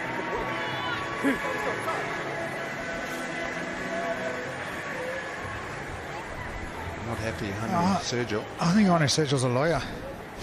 He's got a good argument actually for everything, and his point is a valid one. Was he onside when he came around and picked the ball up? The conversion is a good one. Check it because he's offside. It's still within one phase, and we can't check offside. So there is going to be a check. Honor Sergio has been outstanding as a player, and he's got a great point as a leader here. We're going to have a check. It's time off. It's got a check from the TMO. I'm going to check it. In the real time, it did look like he had come from the onside position. Yeah. All right, Quinton. Yes, JD. Actually picked the ball up, was in an onside position. Initially I had him onside, but we wanted to see if he was never onside. That's the one we can look at now. I'll put it up for you. Just checking offside. 100%, yeah. Here we go, JD. That's on screen now. So ruck is formed. Ruck is formed. Just have a look at 17. So just remember 17. Yeah. He's moving out the way. And then that player chooses to go to him. Well, the player just reminded JD that player is always offside. So he's never onside. He's never onside. Although he picks it up, he's never onside. Okay, perfect. However, the Sharks player number 8 who did pick it up was onside, but we're looking at number 17 Sharks, who was never onside, right? That's correct. All right. Going back for the knock on. Sorry, it's a penalty. No way, penalty. So they actually have ended up penalising Blula. So we're going to have a look there to see if it was Neil Hugo who was offside. Sorry? He certainly wasn't. Yeah. All right. I think that's the right decision, actually. It's just impossible for Regan Oranje to get the ball, play the ball with the player in the way there. Irrespective of whether he wanted to be. He didn't try and milk it. He was picking it up and wanting to break left. It's a shame for Henko Fanta, who made a really good run here, but you can't play with a player in the way there, and he is offside. I just hope he wasn't milking it. I got the front bailout. Yeah, exactly. We don't want the milking and the dives in the game of rugby union. So a little lifeline for the Windhoek Draft Griquas. Yeah, line out 12 or 15 meters out now. Swart to the front it goes, nicely taken. Good, strong maul defense from the Sharks again. Oranje gets set. Obi. The arm is out for a penalty advantage. Oh, there's a good strong carry there from Junior Banda. Advantage. And now the Griquas keep on rumbling forward. Oranje again, Whitehead with a little pass behind as the ever-carrying Tertius Kruger makes another one. Banda looking for his second enrollment. Oranje, Whitehead with a little grabber through. Who's going to get there first? Oh, it's not picked up. Super idea. I just think Whitehead couldn't gather his own kick. Yeah, I love when George Whitehead is at that first receiver. He always got some little trick up his sleeve. Normally got all the skills in the book as well, so surprised that he didn't pick that one up. Honor Sergio, the captain, decides to tap and go himself. Oranje, Banda, oh, he can't gather this time. Nell does. Pick and go would have been on there as it's Oranje. Oh, and Banda knocks it on this time. And that I'm pretty certain is the game slipping away now. Without the ball and only 4 minutes or so to go by the time the scrum happens, it's going to be awfully hard for the Griquas to get back into it. Yeah, that certainly was their chance to get their first try of the game. Had a brilliant carry, a few phases before the little knock-on.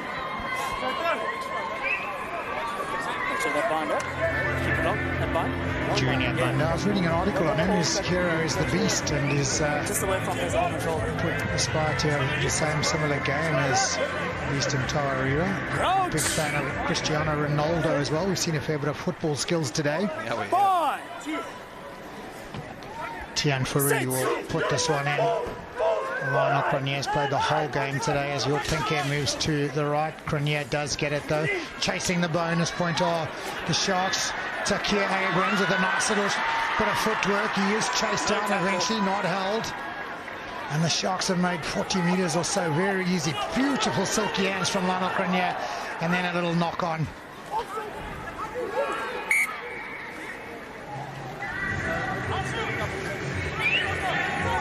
As the pressure came. Silky skills from Lionel Cronier. Lovely little passes. Tino Mawasera just into contact, just couldn't hang on in the wet, slippery conditions. He's had a wonderful game today. Here's the mark. That man in picture, Zimbabwean born, made his name in the varsity cap for the UWC, 24 years old now. Getting better and better week in, week out. Okay, time is on, let's go. Fred Zalinger does get a little chance last few minutes of the game.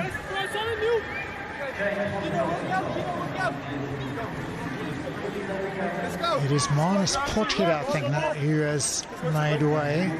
I'm happy with both breaks. Taki Abrams moves to the left wing, and Fred Zalinger does move to fullback.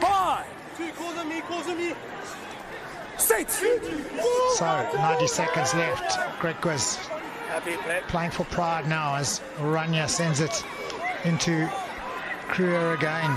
I've said that so many times today. The attempted steal from Fasaki not rewarded as Whitehead sends it wide. Oh, nice little feet there from Makato.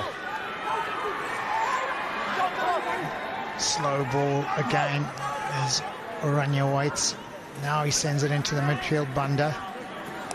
Quick ball needed. Quick ball comes popping out. Referee Jediswani may be in the way there.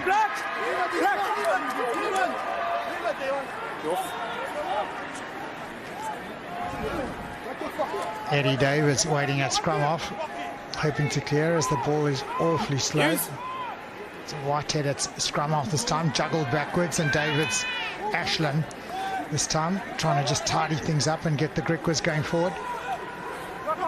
To no avail, and there's a little knock on there from Reagan Orania. That sums up the Griquas afternoon. They've had a fair bit of possession, they've had a couple of opportunities, they've made mistakes at vital times, not been able to capitalise when there have been opportunities, and that little look of despair on the face of Regan Orania is, I guess, something that Peter Berg, the coach, and the coaching team, as well as all the players, will be feeling. It's a game they've been in from the start, just haven't been able to take their opportunities. The Sharks, on the other hand, probably had less territory, or maybe it's good territory but less ball. Every opportunity they've had, they've managed to get some points on the board. 3 tries, they're lacking that 4th try, the bonus point try. They might have one more little go at it here. He's asking you to stay straight. I've asked him to square up. With the shoulders in.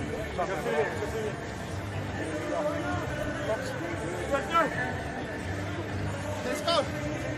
Tian Fourie.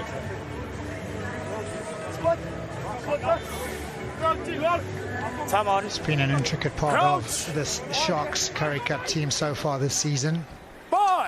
Played really well indeed. Freddie Davids got the start today, had a decent game. Couple of wayward kicks as Fourie feeds. That's a massive scrum from the Sharks as the hooter sounds in the background. The arm goes out for the penalty advantage. Cronier comes around the back. Zalinger with good hands to Penke. Fighting infield again. No real space on the outside. Costa was the first receiver. There's a massive clash of heads, I think. No. Great refereeing I'm gonna go back. from JD Jediswani. That's a headshot. Yeah. You guys are both low. Time off. There's a huge clash of heads there, and the game stopped immediately. Look at this, both players going down low. Oh, down they go. Both players stopped in their track. Yes. Good refereeing. There's no foul play, yeah. Both players just dipping and 100%. ducking. Yeah, so the tackler's done nothing wrong. Yeah. Good. Ooh. There's no foul play. Bone 100%. crunching, head crunching. Scrum of a zip over there. Hats off to Yep, captain.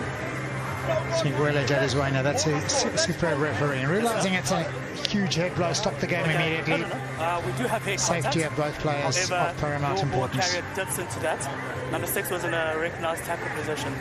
Right. Stefan Smith, the But there's no foul guilty play. party's got a huge gash on his head, notwithstanding the fact that he had headgear on. Tells you how big a blow that was. So we go back to the penalty advantage. Lionel Cronje will kick to the corner. The Sharks will have one more shot at getting that elusive bonus point. And the kick is, not out, and it's knocked forward by Griquas, and that will bring matters to a close. Pretty much summarizes an afternoon in tough conditions, overcast, blustery and windy. The rain came pelting down a couple of times during the game, made handling tough, made conditions slippery. Engaging contest for the best part. 3 tries it was to the Sharks, courtesy of Vasaki, Van Vuren and Davids. No tries for the Windhoek Draft Griquas. Eddie Fouché kicked 2 penalties, which kept them in the game early on, but towards the end it was one-way traffic. 3 tries to none. It is the Sharks who've come out on top here at home by 24 points to 6, thoroughly deserved.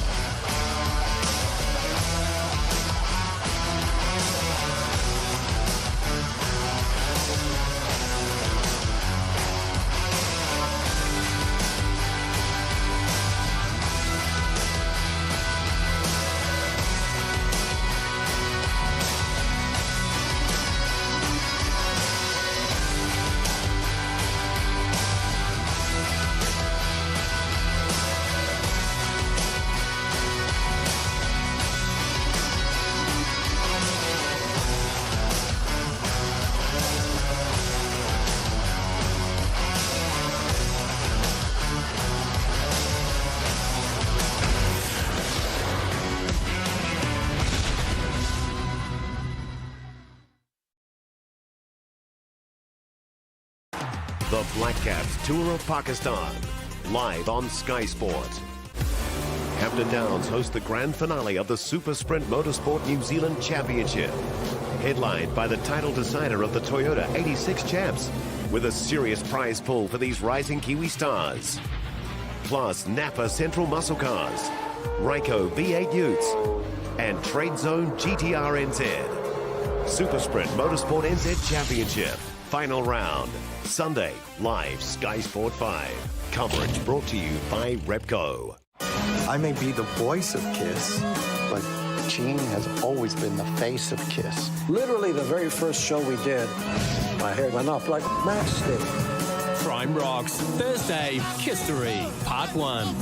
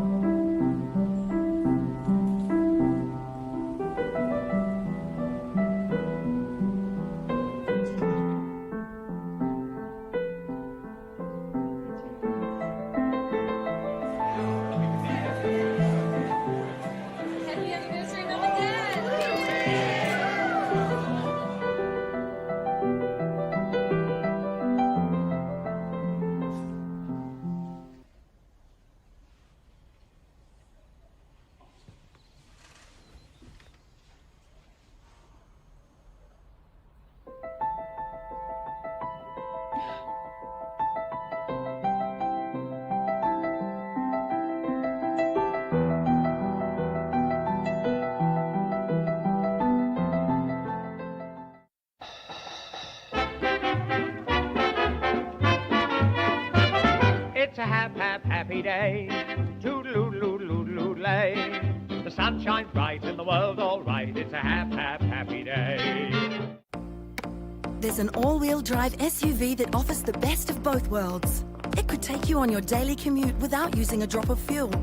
And with a combined range of 650 Ks, takes you beyond the city limits. The new Mitsubishi Eclipse Cross PHEV. With a leather and pointed interior crossed with advanced safety features, it's the perfect work-life balance. The new Mitsubishi Eclipse Cross PHEV from $52,990 plus on roads. Get the perfect cross at a Mitsubishi Motors dealer near you.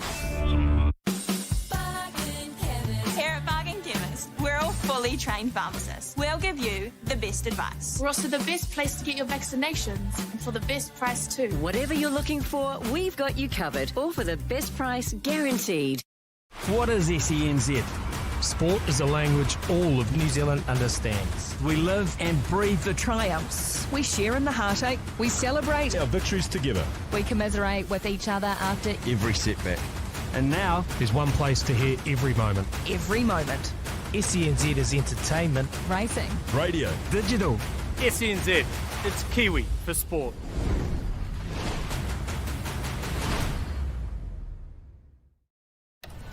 Over the horizon, a familiar glow, ushered in by countless beeps, buzzers, and trembling blocks. Here we are greeted by the things we love, and what lies ahead is endless and happy. A book with blank pages, eager to be filled with things that are good and moments that are great. And it all starts with a familiar Sky Sports serves you up the world's greatest tennis players at some of the most prestigious tournaments. Oh, you are kidding me. Oh. ATP Tour Masters 1000. Live Sky Sports. Wait.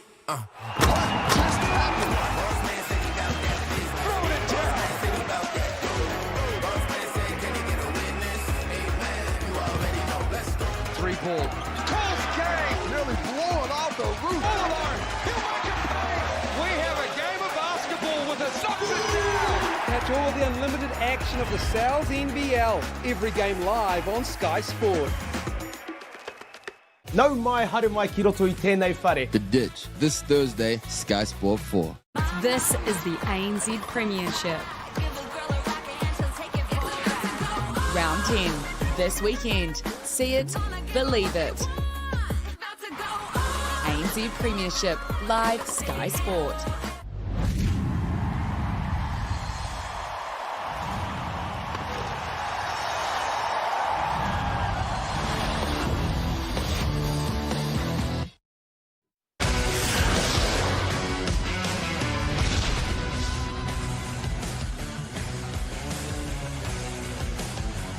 Good evening, everyone, from the DHL Stadium in Cape Town for Round 8 Currie Cup action between the hosts, DHL Western Province, and their visiting opponents, the Vodacom Bulls. And the visitors are the team with the form. They have not lost in the month of April.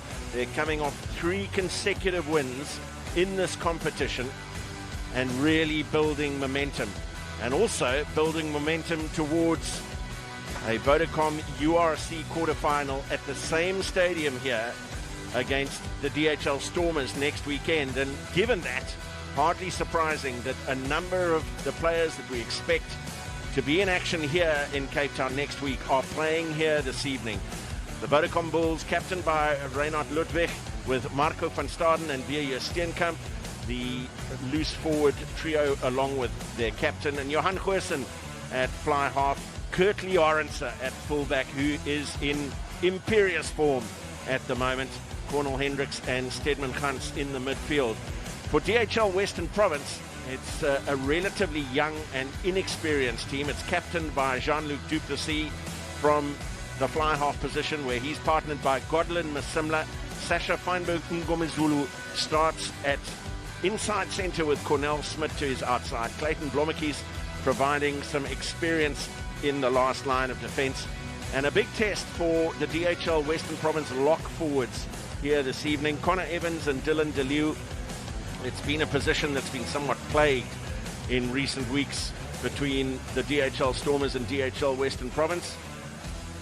And they will be looking to bolster their strength in the second row. Ardre Smith returns off the bench. And this is how it looks for the Vodacom Bulls. 4 consecutive losses to start their campaign, including a loss at home to Western Province. But since then, building with 3 consecutive wins, and something of the opposite direction for DHL Western Province. Their only win in the last 5 coming at home against the Novavit Griffins, who find themselves at the bottom of the Currie Cup log at this stage. So the Vodacom Bulls led out by Reinhard Ludwig, wearing jersey number 7. Shortly after him, Gerard Steenkamp, Jan-Hendrik Wessels and Francois Klopper, the starting front row this evening, but plenty of reinforcement on the Vodacom Bulls bench as well. Johan Grobelaar, Simpiwe Matanzima, Morne Smith.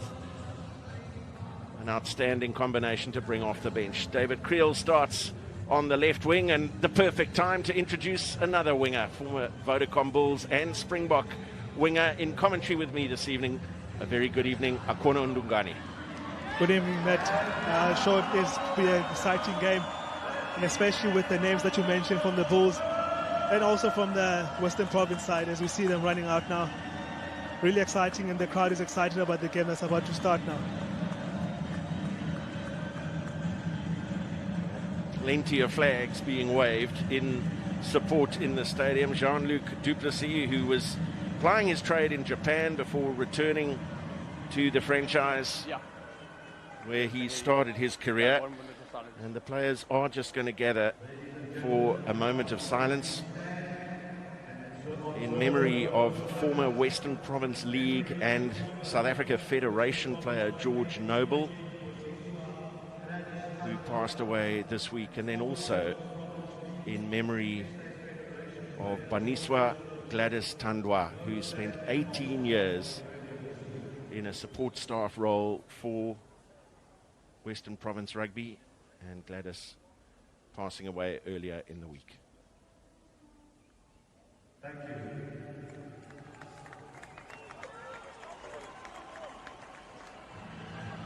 So some final words of encouragement from the captain, and Clayton Blommetjies also getting involved there. His 80th Currie Cup cap this evening. He's a long-time servant of the Toyota Cheetahs before moving across to Wales, where he participated in the Pro 14, but now down in the Western Cape, where he's been a regular part of the DHL Stormers side in the URC. Morne Ferreira is our referee, and he has us underway with Johan Goosen kicking a decent contestable kickoff claimed by Blommetjies for DHL Western Province, and back for the captain, who hoists it high, and a brilliant take from Feinberg and Gomezulu. Angela Davids is after it, and tracking back was Wandisile Simelani in cover for the Vodacom Bulls. Some very clever play early on, first of all from the captain, and then this wonderful leap. It's a great take there from Sasha. You can see his eyes on the ball all the way, and great jump, and dominated that ball in the air, and looking for his wing on the outside, puts a nice grubber kick. Great start to the Western Province. Jan-Hendrik Wessels, and an early take for Janko Swanepoel. Strong mauling from the Vodacom Bulls. The home side under all sorts of pressure from this set piece. They take it towards touch. Eventually the arm comes out from Morne Ferreira. So a free play here for Stedman Gans. Tackle!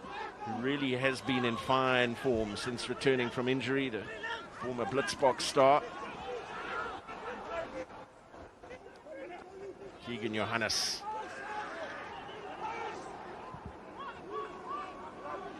Still on an advantage here, the Vodacom Bulls, as Johannes launches his hoist. Angelo Davids goes up. Good contest in the air, and no advantage. They come back for the penalty for collapsing the maul, and a powerful maul it was.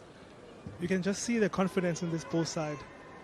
The way they just ran over that Western Province defense. And playing the advantage there, Keegan Johannes just putting it up and under. A tough one for Angelo to take, but it's a good start for the Bulls and try and get in the province half. Are you on? It's an excellent kick from Johan Goosen. Just a couple of meters of angle to work with. He's managed to win almost 30 meters in territory for the Vodacom Bulls. And what price another more? So successful with the first one. Well, good contest this time from Western Province away by Ntubeni, and here is Jean-Luc Duplessis. Luke Berger out on his right wing. Excellent work from Cornel Hendricks, and Kurtley Orense read the situation beautifully but was met powerfully in defense. Out the back from Ludwig, Goosen, Hendricks and Gans. 12. No, I'm tackled. Well, the penalties against Sasha Feinberg and Gomezulu for a no-arms tackle on Kurtley Orense.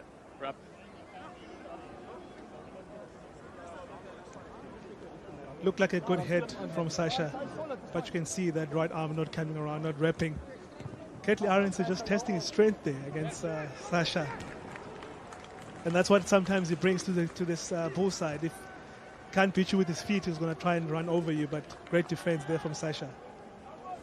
Numbers. Yes. White at the back. Numbers. Just a little conversation between the Vodacom Bulls forwards as they made their way to this line out. Previous one stolen on their throw. Another opportunity for Vessels. Ball. And towards the tail this time. Vessels breaking away early from the tail. Ntubeni trying to effect a steal but losing his footing. Away by Johannes Swanepoel. Johannes again, he's got runners coming around the corner. Francois Klopper first. And then just a little knock on in there. DHL Western Province will have the first feed to a scrum in this game right underneath their own posts. Looking forward to this first scrum of the game. Good play there from Keegan. You can see coming around and just trying to place the ball. Just those soft skills lacking there from the Bulls. But they'll be happy with the way they started, trying to get behind the province defense line.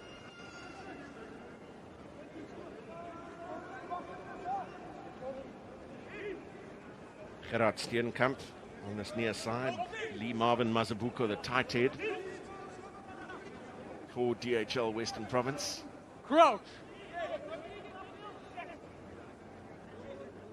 Godwin Simler has two kicking options either side of the scrum. His captain with the left boot, Jean-Luc Duplessis. Clayton Blommetjies away to his right. It's a powerful scrum from the Vodacom Bulls, and it goes to Blommetjies.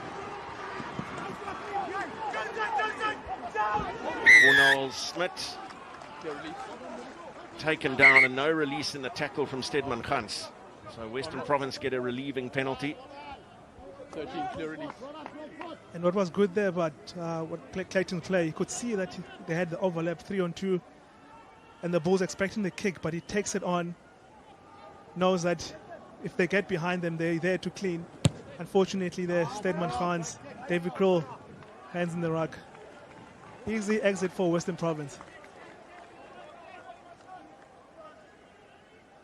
And a decent one as well from Jean-Luc Duplessis. Dylan DeLeo there in his debut Currie Cup season, wearing the number 4 jersey this evening. He's played in all 7 games, but not a great deal of game time. It's gone back off Connor Evans, and quick to pounce was Charlie Ewells, the England international, who's on a short-term contract with the Vodacom Bulls. 30 test matches for England.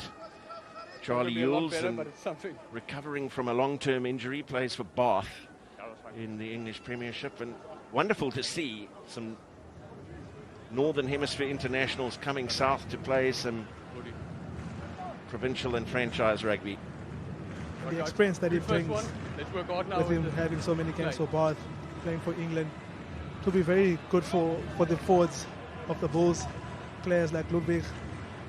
And he did well there to take it up, and just with the offload and just those soft mistakes now hurting the Bulls. Crouch! Point! Set!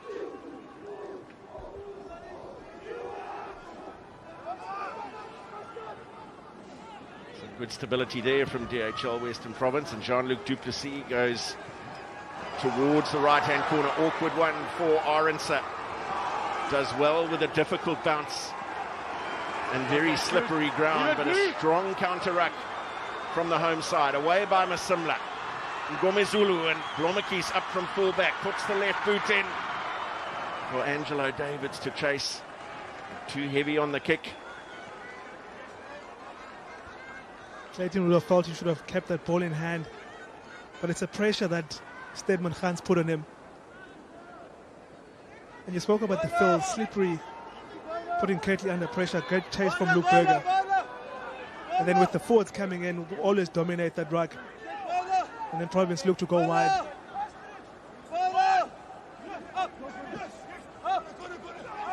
Vessels, there was a contest from Deleu. Excellent line-out work from the Vodacom Bulls. And Marco van Staden, not surprisingly, the man called upon to just set a target, create some momentum.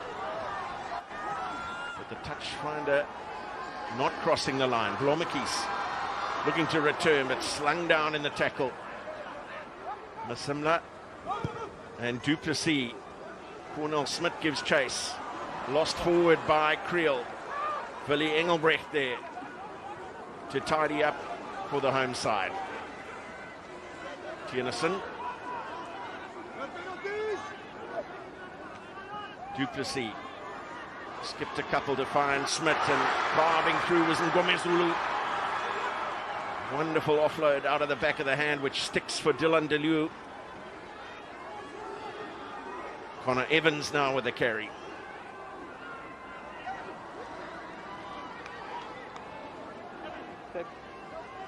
Smith met on the gain line that time.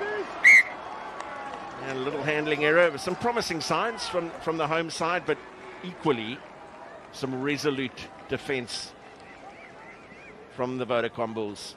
Really promising signs there from Western Province, especially from Sasha at 12, which looked really good tonight.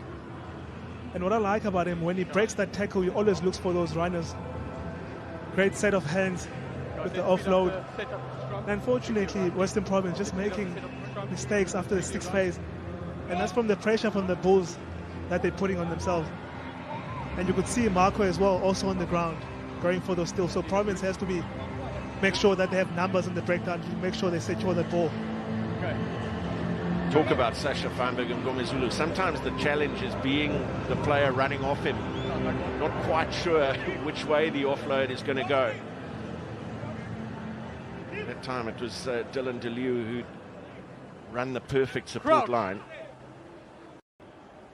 Point. Set.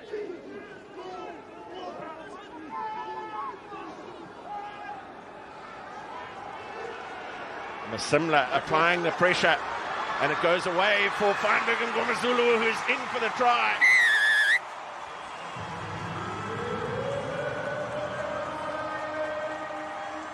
Well, it was the Vodacom Bulls scrum that looked the more powerful of the two in the early exchanges. That time, it was their scrum retreating and Masimla applying the pressure on Johannes. And they've had very strong scrums. They've been stable, but unfortunately this one, you can see the pressure from that front three from Western Province. Keegan couldn't hold that ball, and none other than Sasha Ngomezulu going over for the try. The pressure tailing there from Western Province. Golden and Vili were really good to put pressure on Keegan Johannes there. And unfortunately, once that ball came out, you can see Godland putting pressure on Keegan, couldn't get that ball out. And once that pass went to Sasha, just ran outside Stedman Khan's, ran easy for first try to Western Province. Breath's pretty lucky that his flying foot didn't make contact with the ball there. Well, it was in the hands of Keegan Johannes. It was the tackle from Masimla that caused the ball to dislodge. Had it been the boot of Engelbrecht, it would have been a different outcome. And to convert his own try, Feinberg and Ngomezulu puts the home side in front by 7. And that's the start the Western Province wanted. Pressure on the scrum. Really did well there to just pick the ball up and just play the guy on the outside. And the line that Sasha ran, Stedman couldn't stop him.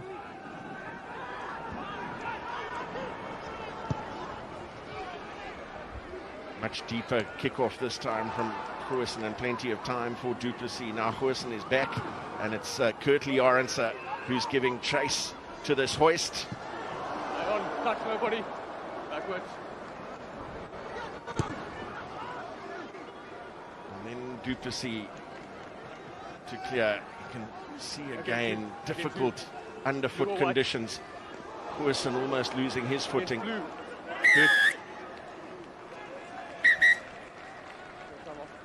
So Kurtley Arendse getting some attention here. It'll be of concern to Jake White and the coaching staff.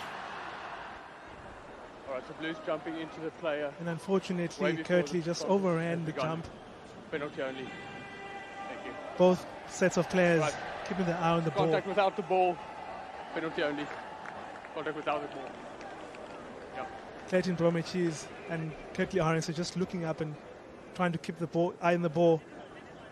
Unfortunately, Kurtley overrunning it and making contact with Clayton without the ball.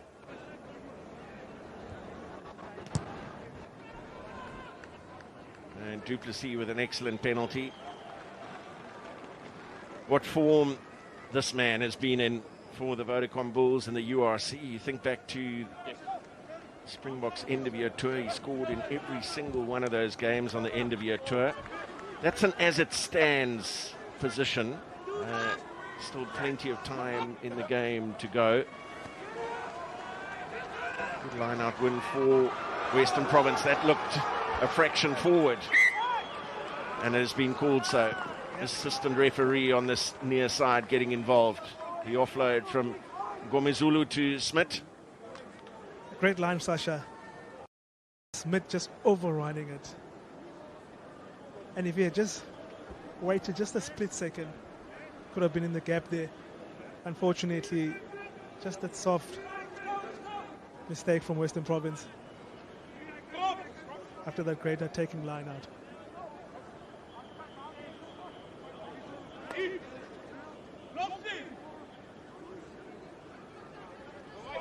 A little bit more time and care being taken with the setup this time. Fine. Set. I want to make a strong statement here after the previous scrum. Looks like it's gone down on that far side, but available for Johannes at the back, away for Goosen. Stop. And just skidding that into touch just outside the Western Province 22. Good to see Johan Goosen back as well, kicking well from the kicking tee in recent weeks and running the show. Much better scrum from the Bulls. Still Western Province putting pressure on them. They can be lucky there that they didn't get a penalty against them. Yeah, Ali van Mark, the man going down on that loose head side. DeLieu. Take him back. Stop White. Similani back to claim the kick from Jean-Luc Du Plessis. Showing what an elusive runner he is in the midfield, but now operating on the wing. Swanepoel.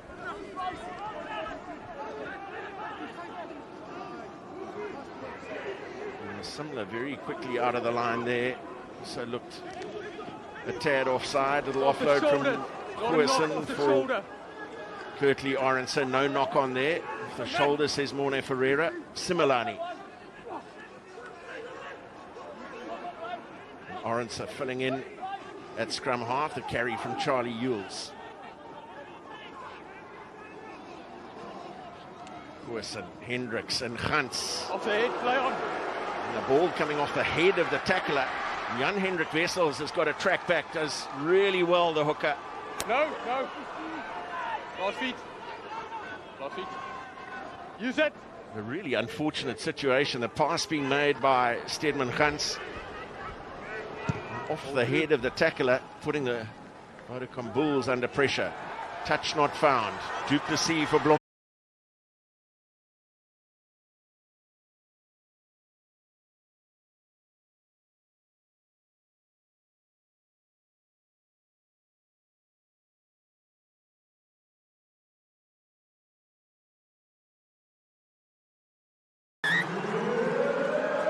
Wow. What a finish for the youngster. Western Province looking to keep the tempo up in the game. Quick line-out throws. And Dylan scoring his try for Western Province. Quick ball there.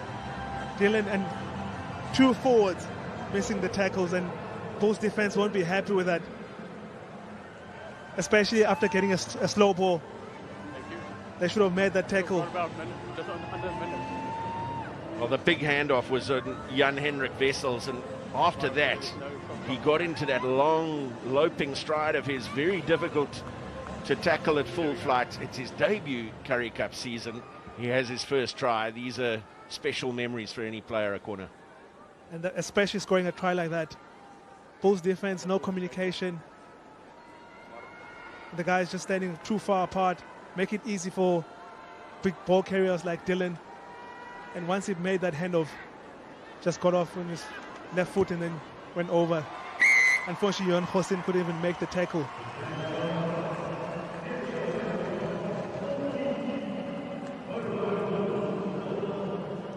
See Golden playing him there. And what I like about him, he had the ball in two hands, could have played it inside or outside.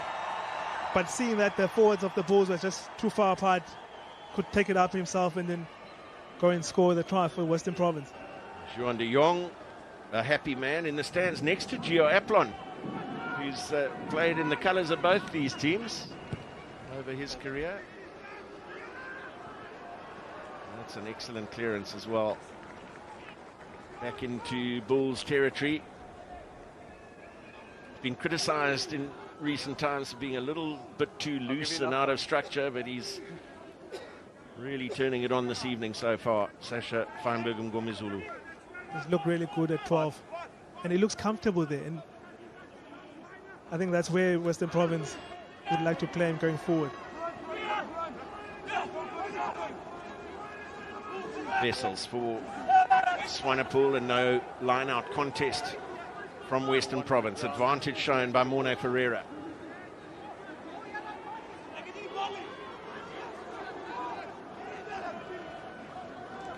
Johannes Gans, the first receiver, popped on by Goosen. Penalties against Ali Vermaak.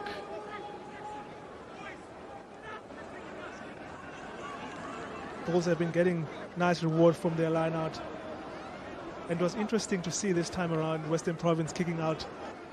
The previous kicks were kept in field to try and put pressure on them as they're trying to avoid that Bulls strong maul.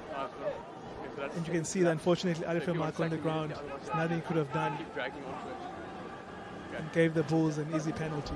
Open up wide. Half meter from the line.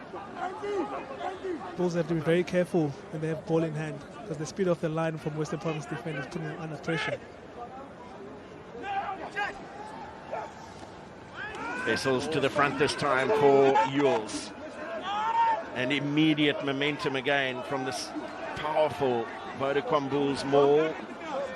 Skarun Tabeni coming in at the tail. Ultimately taking it towards touch, which meant Johannes was forced to play it. Wessels. Swanepoel driven back in the tackle. Connor Evans doing the dirty work that time. Ludwig upended in the tackle. For the Engelbrecht working hard. Another carry for the England international Ewells. Goosen had a couple of runners to choose, but the defence was watchful. Oh, almost an interception there from Luke Berger.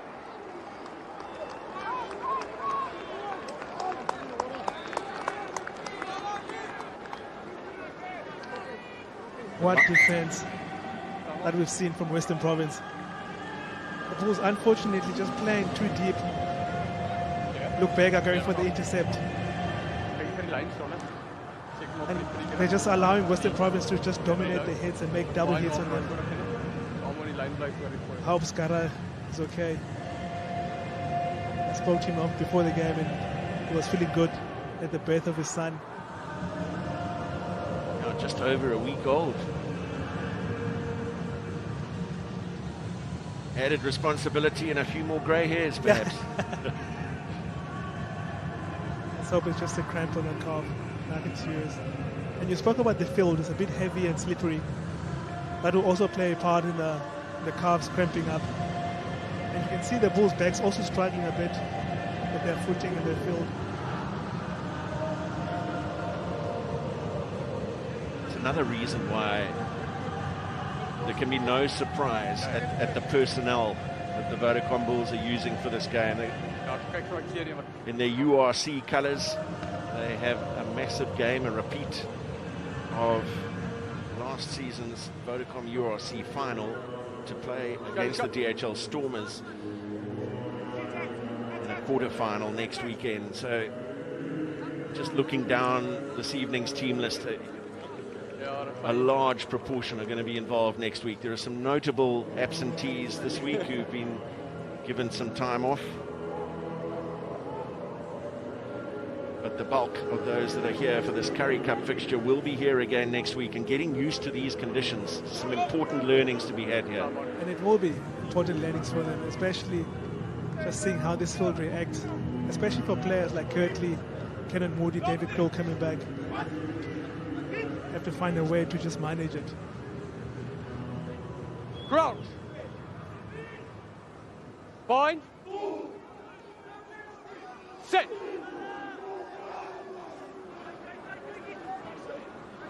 Similar away from a steady scrum, and the cross kick from Duplessis is perfect for Davids. Blomekis had run away to his left. Penalty advantage, Western Province. Popped on by Keke Morabe for Connor Evans. Duplessis and DeLieu. This time a mark man in that midfield. Little show of the ball from Feinberg and Bromezulu. And as you mentioned earlier, Corner, just always looking for that little offload in contact. And unfortunately that time couldn't work for this center partner. Great skill, seeing the forward, putting him under pressure. And once he breaks the tackle, he always looks for those offloads. And that's what it brings to this Western Province side. Even if that had been caught, I suspect it might have been called forward anyway. And there's a sit-back tackle. Let's speed it up. Great vision from the captain, seeing that Wanisile is a bit deep in the space for the cross kick. And already the Western Province were on the front foot. On the cross, yeah. So talk about the stepping and the mauling on a slippery surface such as this. It's also really tough for goal kickers. If you look at the relative, let's call it the relative loss of form of Mani Libok in recent weeks off the kicking tee. A lot of that has been on this surface where it really is difficult to plant that left boot as a right-footed kicker. And that's what kicking is about, and especially for these guys. You need to be confident enough that you're not going to slip on your left foot once you plant it. So that you can just focus on getting the point. Just a few seconds remaining. And he's blown up by the referee. It was wide to the left anyway, but just what we were talking about, that left foot not able to get any purchase. It's on zero. We're going to strike. And it's always going to be tough in this pitch. His left foot just slipping there.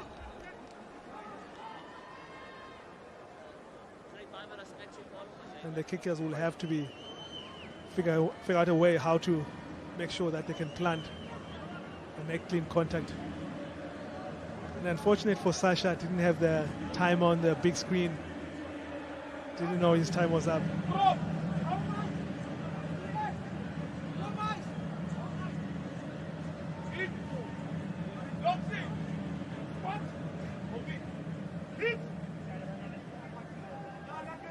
Crouch.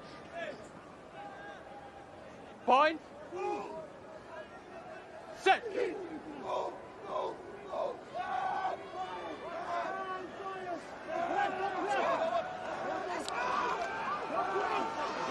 that now at the back. No, 9. Some difficulty getting the ball past the lock's feet in that scrum, but eventually it comes for Johannes, who now makes a telling little break around the fringes of the ruck, and Gans filling in at scrum half. But Marco van Staden, not often you see him driven back so close to the ruck, but there's a good energy about the home side's defence here this evening.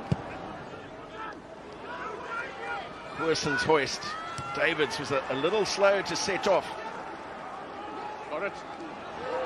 Turnover 1 by the Vodacom Bulls. Van Staden. Clean out from Cornel Hendricks. Johannes Steenkamp.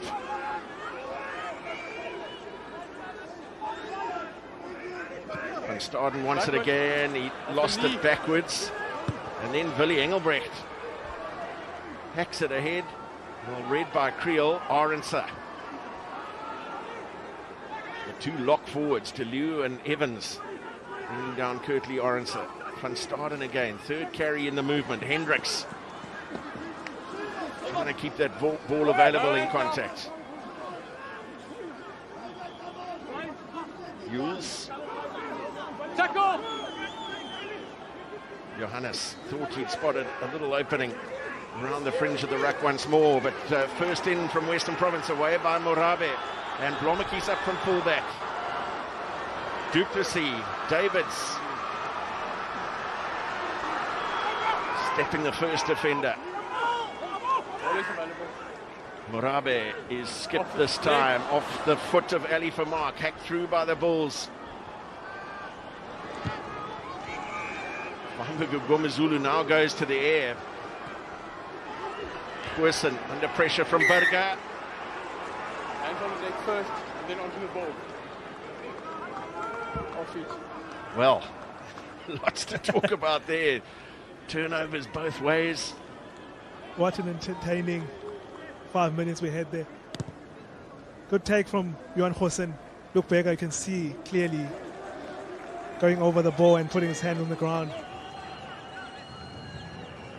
But what I've seen from Western Province, their defense, they're up for it and they're putting the Bulls under pressure. Bulls will have to vary their attack, as at the moment they're getting dominated by Western Province. Just looking at the first half hour, okay, it's a story of almost 2/3 of possession for the Bulls, but almost no territory. This by far their best position. They've had a couple of lineouts in the 22. Need to make these field positions count. That's one backward. One stop of them all. Now they get some traction. Blue to ground. That's blue to ground. And taken to ground. Leave it white. By the Bulls, Johannes Ludwig.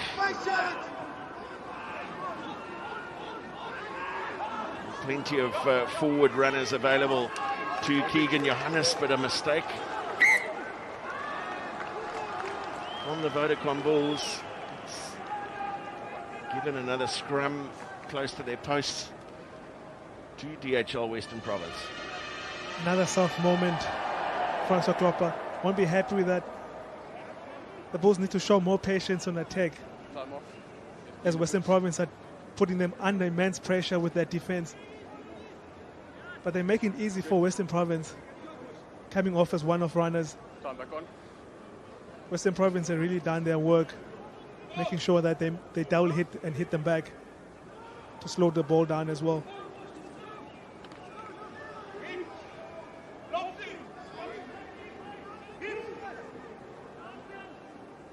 Crouch. Point. Set. It's another rock-solid scrum, allowing Masimla to make the clearance.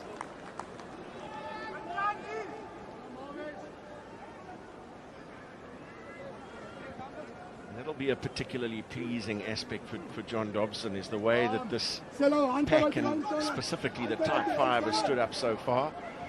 A lot of injuries, particularly in the second row in the province and across the Stormers franchise.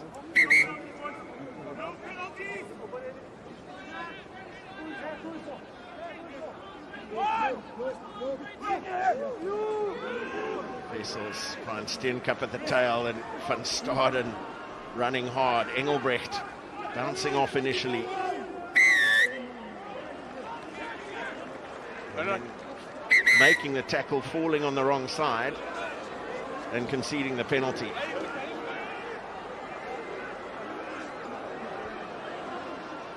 It's what always happens between these two teams, North versus South. Great carry there from Mako. Equally good hit, Billy Engelbrecht. Yes. And the Bulls have looked really good 12. when they run hard at the Western Province D. Yes, exactly. Yeah. Captain. So you already have the penalty there for not rolling away. I do not need you then to escalate teams. Keep your emotions intact. The next time something like that happens, I'm going to deal with the instigator. This time, penalty only. Do not do that again. You can see Marco running hard on Billy Engelbrecht. Start pushing, shoving. And Billy just couldn't get out there in time as the Bulls were looking for quick ball. And then that's when the boxing match started.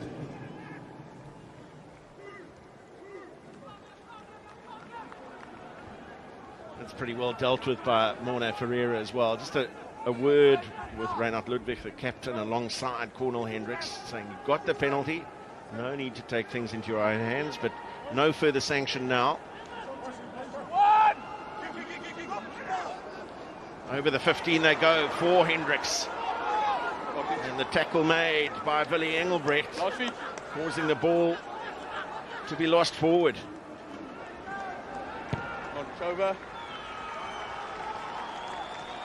A decent clearance made by the Western Province captain. That's 3 or 4 lineouts inside Western Province territory that the Bulls have not been able to capitalize on. And it's a great option from the Bulls. Time off. Trying to catch Western Province unaware. Another knock on, especially in that position. The green zone, you have to switch on. And it's players of experience. The Bulls coaching staff and the senior players won't be happy with that. Yeah, thank you. Live to middle.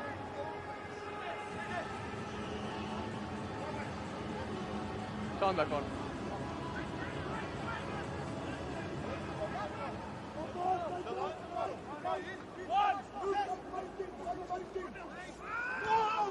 Wessels for Swanepoel, Van Staden.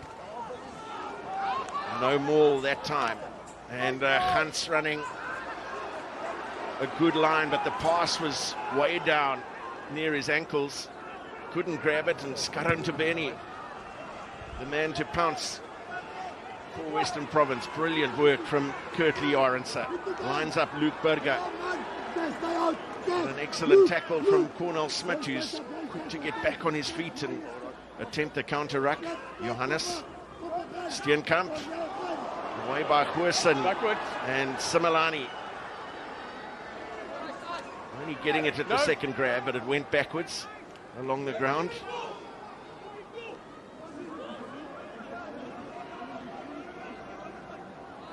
Jules Topper. One side.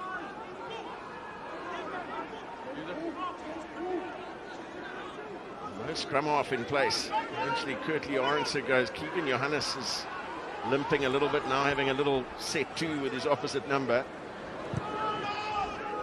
Goosen tests Jean-Luc Duplessis. Offload for Clayton Blommetjies.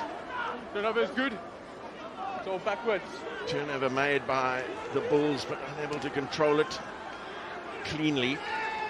Another good lead tackle from Connor Evans. On the body, not the ball.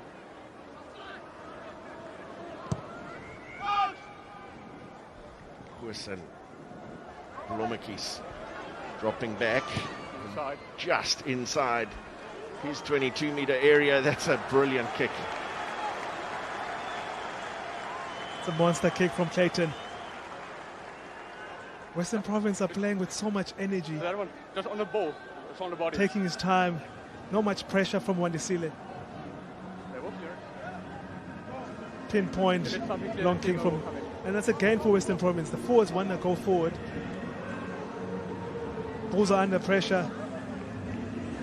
And that defense is giving them a lot of energy. Yeah. Western Province won't mind having a line out in the Bulls half. As we've seen in this first half, the Bulls have used that more to the effect. Let's go.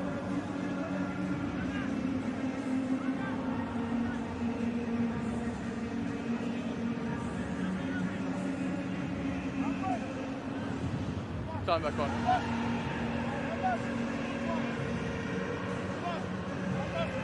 Some interesting stories to play out in the second half of this game as well when you look at the respective benches. Wessels and DeLieu picking up the scraps and surging forward. Already one magnificent try. No, don't play 9. Duplessis, Smith.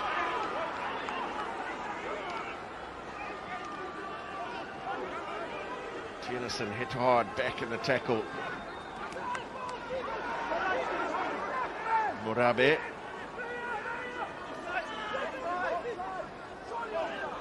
Another big hit on Marcel Tiernison. And then the little dink ahead from Duplessis. And wow.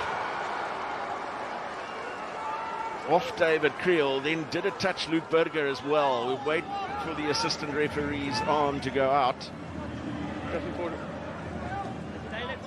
So it was off the leg and then off one. Jean-Luc has been looking for those cross kicks the whole game. Yeah, definitely a touch from Luke Berger. Time off. We have to speed up the formation of the lineups, right? No huddles. Dylan DeLieu putting his hand up. I'm sure he's showing Dobo that he's ready for the step up to the AOC team. Time back on.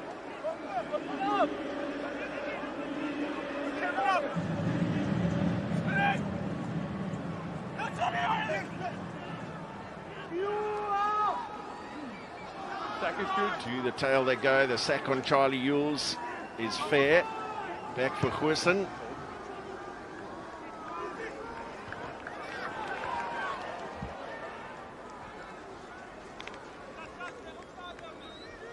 Excellent clearance from Johan Huissen, parked right on his dead ball line. And what was good about that kick, it gave the Bulls chasers enough time to prevent the quick ball from Western Province. They're trying to speed up the play today. Speed up the formation, no huddles.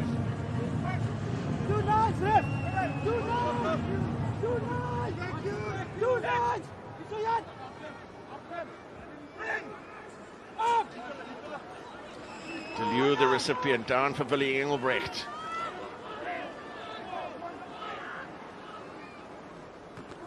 And they come back to the short side. No, go in. Keke Morabe. 2 men on him. Charlie Yules going low. And Duplessis trying to wrestle his way through a tackle, but ball ripped away by the Bulls. And Wessels being chased down.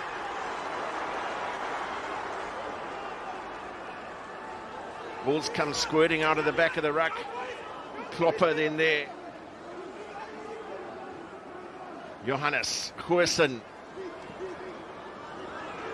Defense quickly up to his outside. And Johannes, beautiful little break from him, just continuing the momentum. Goosen dabs it through for his captain. Not a bad option there, Johan Goosen. You would have hoped that ball would stay in field. And just a bit hard. Wessels have been really good with that run. And King Johannes, you can see the space there. And great clean Steenkamp. And the Bulls were just in no man's land. And Johan Goosen would have hoped that ball had stayed in field for his captain.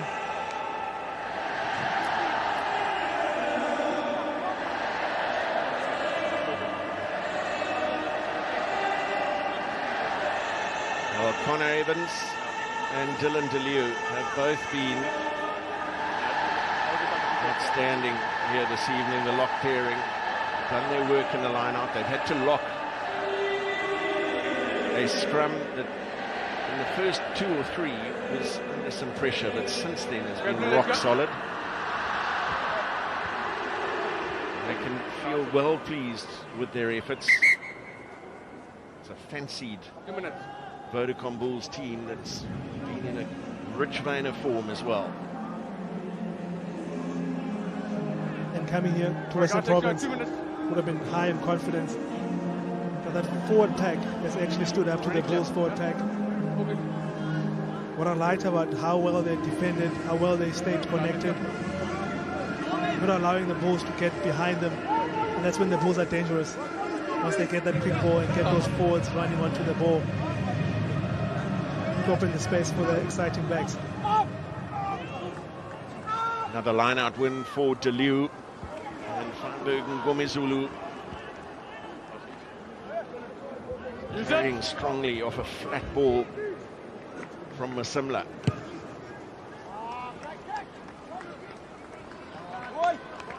Just really efficient from a line-out less than 10 meters from their line. Line's yours. White on the line. And that's what you want, Matt. Make it as simple as possible. I'll do the same with you. And Sasha Ngomezulu was very good getting behind the Bulls defense, which allowed time for Golden Masina to just kick the ball on the 10 meters.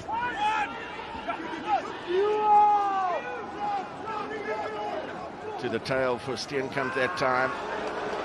Good shove on Dylan DeLeeuw, nothing much coming there. Strong line from Charlie Ewells, and then from Marco van Staden, all lost forward in contact. The home side refuses to be bullied by the ball carrying exploits of the Bulls. Another win for Western Province. And what's making it easy for them, the Bulls are just sending out one rabbit, one ball carrier, no options inside or outside. And Western Province just have to make the hit, and that's what they've been doing the whole of the first half. The Bulls have to come back in the second half with a better attacking options. Make it hard for that defense. Make them guess. Make them not sure where the ball is going. At the moment, they're just making it easy, and then Western Province are just happy and enjoying making the hits. Now that's a key statistic that was just flashed up there. 6 handling errors. And another significant 6 is the visits to the Western Province 22, which they have not been able to turn into points as yet. All misfiring a couple of times. Some of those handling errors coming in that part of the field. So Jean-Luc Duplessis happy to boot the ball into touch, and he'll be very happy with his side's performance in the first 40 minutes. Tries from Sasha Feinberg and Ngomezulu and Dylan DeLeeuw. And Feinberg and Ngomezulu adding the conversions to both of those tries. No attempted goal even as yet for Johan Goosen and the Vodacom Bulls. Half-time at the DHL Stadium in Cape Town. Western Province 14, the Bulls 0.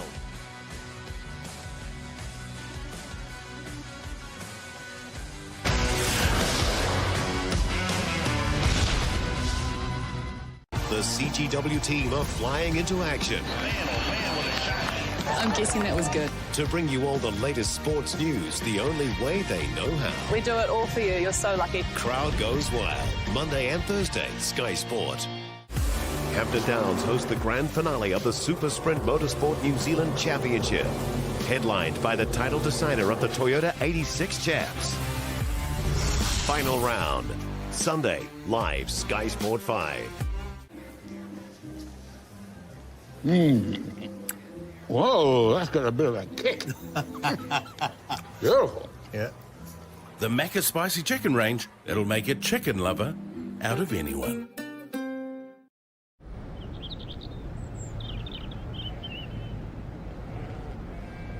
It turns out a recycled clothes dryer, Aunt Judith's pool heater, and a meat grinder are the key ingredients for making a world-beating rye whiskey.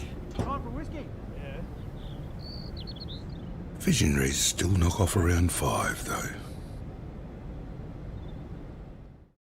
Want the best price paired with the best advice?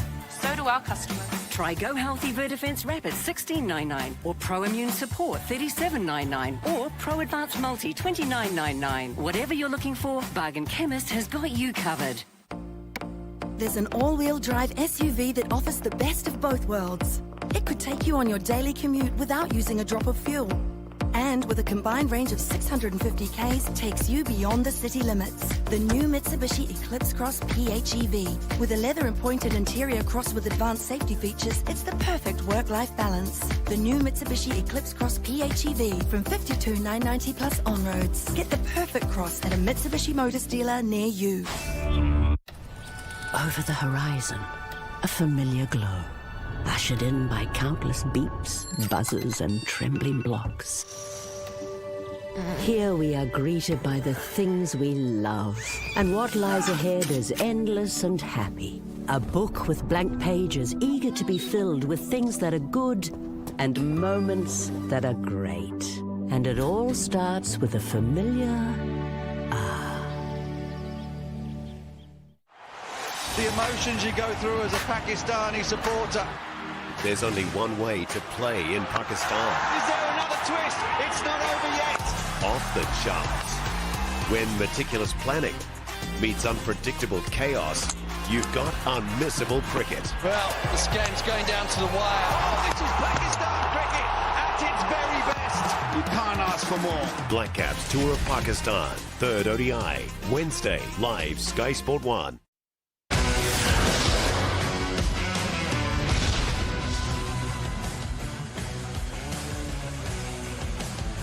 "40 minutes to play in this round 8 Currie Cup match, coming to you live from the DHL Stadium in Cape Town. DHL Western Province leading the Vodacom Bulls by 14 points to 0 after the first half. 2 converted tries by the home side, and for the Vodacom Bulls, plenty of possession, not as much territory as they would have liked, and let down by some handling errors, some of them unforced, but some created by excellent energy and line speed on defence from DHL Western Province. We have 2 changes in the second half for the Vodacom Bulls. 2 men by the name of Smith. Mornay, the tight head prop, replacing Francois Klopper at tight head, and then Chris Smith replacing Johan Goosen at fly half.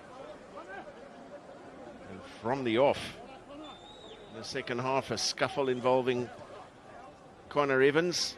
Same message I gave him. So they got a penalty. We don't need pushing and shoving afterwards. It's going to be a 10-minute advance. Morne Ferreira spoke about it in the first half. Great take there, Charlie. And you can see Western Province just taking that dangerous play from Western Province. And the easy 10 meters that they gave the Bulls. And a first opportunity for Chris Smith. Just his 4th Currie Cup appearance this season, having done most of his work in the Vodacom URC. It's brilliantly read by Lee Marvin Mazabuko. Line out going wrong for the Vodacom Bulls, and then Duplessis.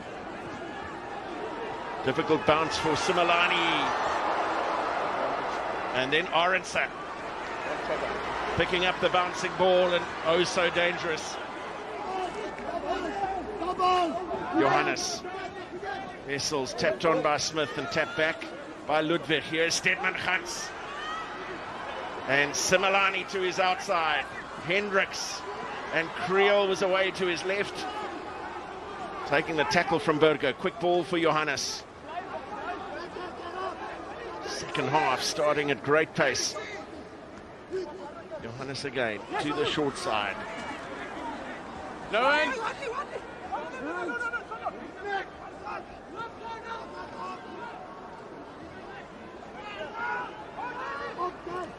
Smith. Mornay Smith. Two newcomers in on the act, and then the interception from Luke Burger, bringing an end to the movement. Evans tucking the ball, charging into contact. Blommetjies looking to turn Kurtley Arendse. Kind bounce for the fullback. That's just outside his 22. On the 22. Oh, well, Morne Pereira saying there was a foot on the 22. So gets the benefit from the assistant. Great pressure from Angelo Davis. Kurtley Arendse having an option on the inside with Chris Smith. Just that heel on the 22-meter line.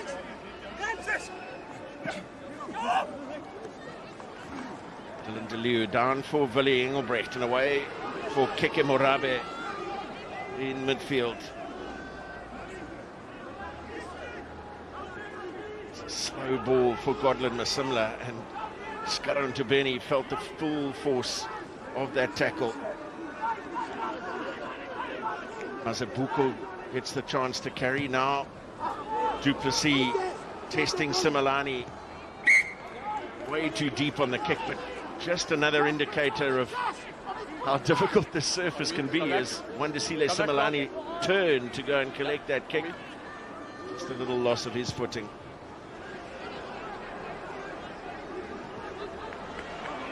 Free kick not finding touch. Blommetjies. And Duplessis running a good line off his fullback. Quick ball for Masimla. Tiernason. Upended in the tackle. Not losing the ball backwards. Blommetjies.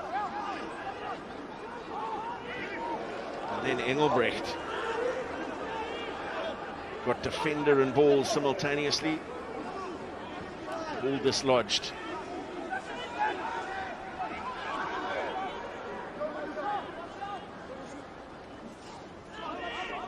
Keegan Johannes just calling a pot of forwards across to the short side. Morne Ferreira has an advantage. Thrown to the Bulls. Van Staden. Another excellent tackle from Connor Evans. Bulls running out of options. Western Province just giving away a penalty. And when they show the patience on defense, they actually have the advantage of the Vodacom Bulls.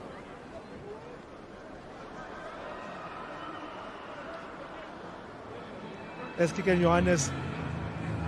You can see they're slowing the ruck down. And just a tackle from Golden Masimla. High tackle, giving the Bulls an easy penalty in attack in the Western Province half.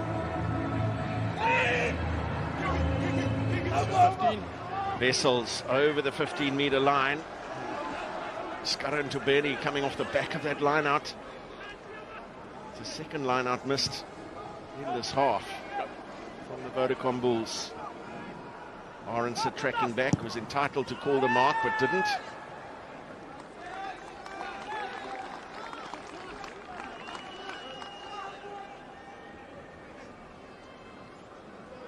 Jean-Luc playing the right territory for Western Province. Leolin Zas in the crowd. We saw him warming up earlier, Akona, and coming back from a long-term injury. He was so devastating in last year's Vodacom URC. Possibility he might be fit for next week's quarter-final. Another good line out from Province, and scything through the middle is Angelo Davids, trying to get round his man. Masimla goes down to secure the ball on the ground. A little knock on there from Tennyson.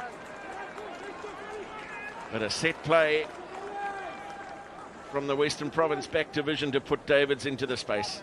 Vodacom Bulls won't be happy with that, getting beaten in the first phase.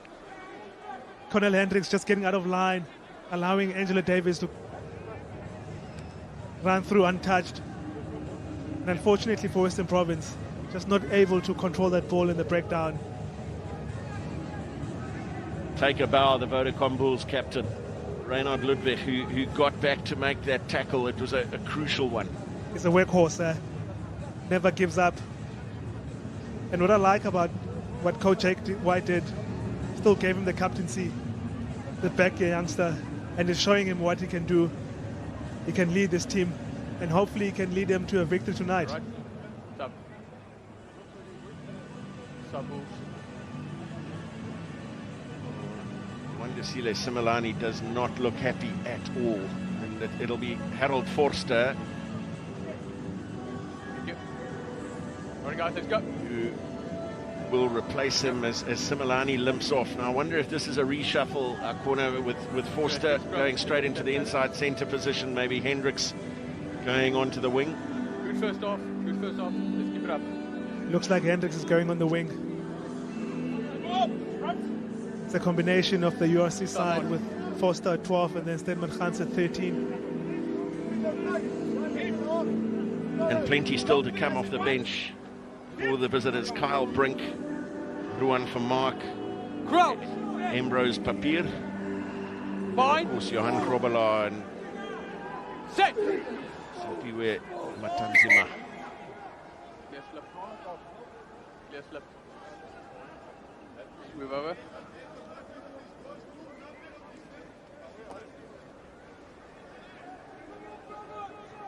Time off.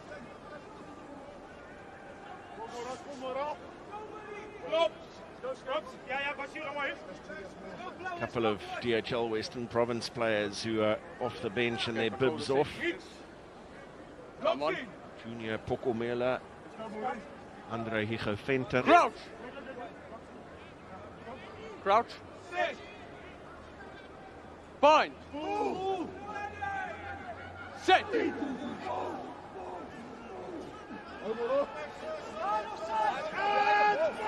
Use it. Rock solid again from both packs. And a first touch for Forster, who runs hard at Duplessis and Masimla.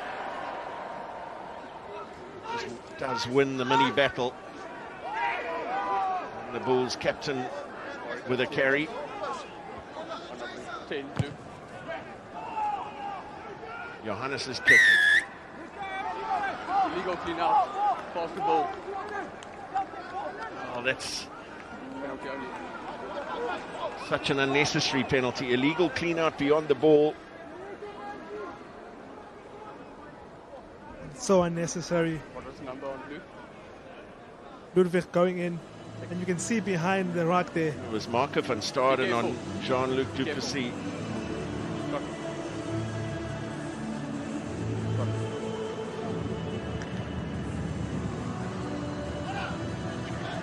And it's so unnecessary there.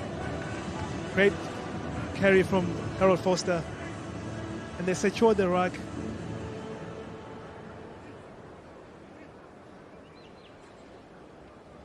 And then when Duplessis comes in for that second take, Marco just plays him off the ball. And gives a soft penalty to DHL Western Province. So Sasha Feinberg Ngomezulu, a try and 2 conversions in the first half. He was unsuccessful with a penalty, which was actually blown up by the referee for the clock running down. He slipped as he planted his left boot with that kick. So this time he's made no mistake in eking out a 17-point lead. made sure this time he takes a shorter run up and plant that foot in, even though it was a sort of an easier kick than the one he had in the first half. Yeah, it's the longer range kicks that are the problem. And those two changes now made. Andre Higo Venter for Skaran Tubeni in the middle of the front row. Willie Engelbrecht replaced on the side of the scrum by Junior Pokomela.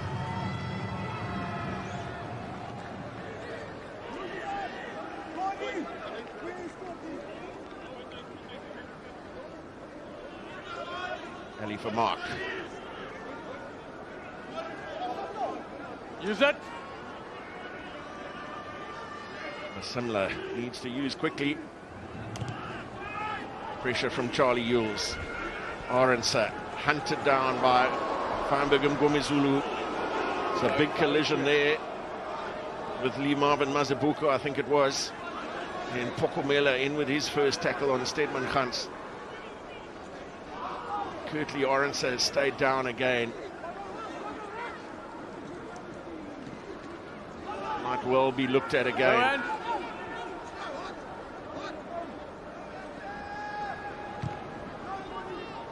Hoist by Chris Smith. There's medical staff on the field. The referee might want to blow this up.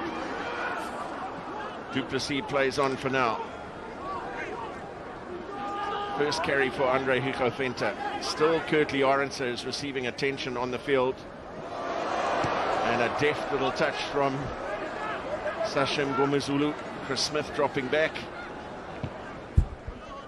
Hammering the ball downfield. It won't find touch. Clayton Blommetjies goes off his left boot. And Arendse back on his feet. Medical staff making their way off the field.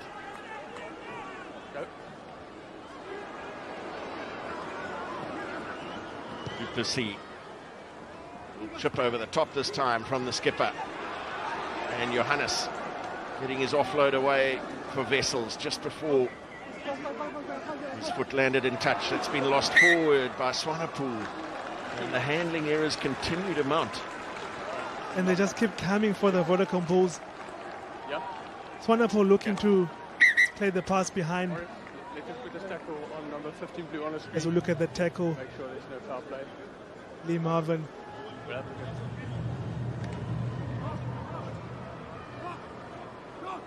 they are going to check this tackle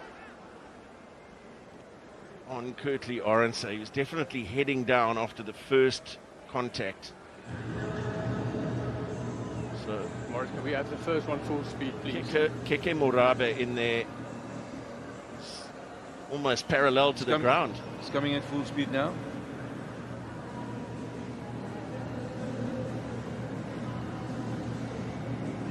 Unfortunately, Lee Marvin is not low enough there. You say full speed now? And that's what Curtly does to quick off the mark. Okay, nou gaan ons veel kyk for point of contact. Yes.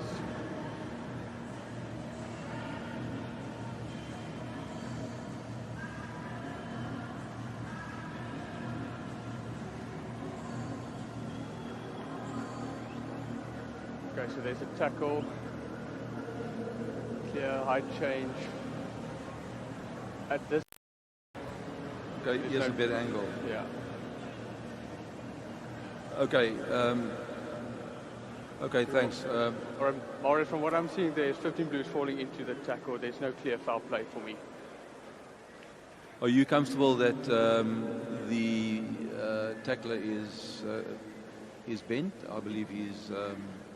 Are you happy that he's in a tackling position? Yeah, so he's bent at the knees and it is not upright. All right, cool. All right, and then the 15 is falling into it. All right, no foul play. So Lee Marvin Mazibuko is a relieved man. Referee Morne Ferreira indicating that no, he's falling into it.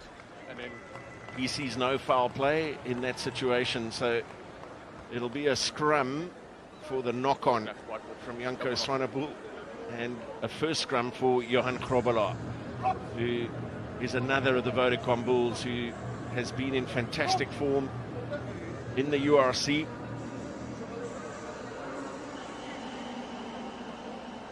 And this a front row combination time back on. What you would think would be their first choice. Crouch. Okay, stand up. No problem. And there's a combination. They have enough time to try and turn this game around for the Vodacom Bulls. No problem. There were some scrums that the Vodacom Bulls struggled with.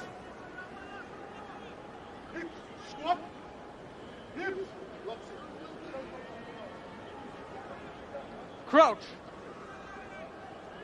Fine. Smith, another replacement who could prove to be pivotal in the last quarter of this game. Bulls had plenty of possession in the first half, didn't manage the territory particularly well. And it's Western Province who get a scrum penalty now.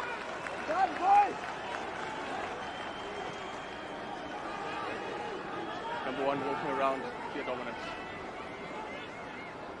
Gerard Steenekamp being penalized. And Monet Ferreira being clear. Telling him he's walking around. Right there.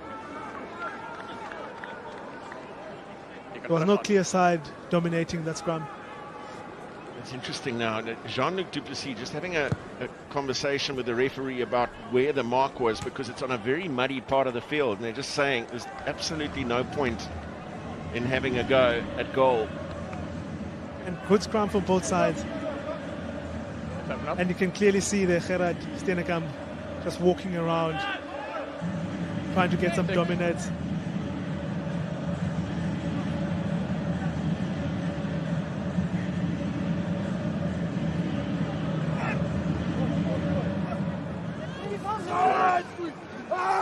The Western Province forwards packing in around Dylan Deleu, who made the transfer quickly. Certainly the most effective ball from the home side. Now stopped as Andre Higofenta goes towards touch. Feinberg Ngomezulu thought about the kick, then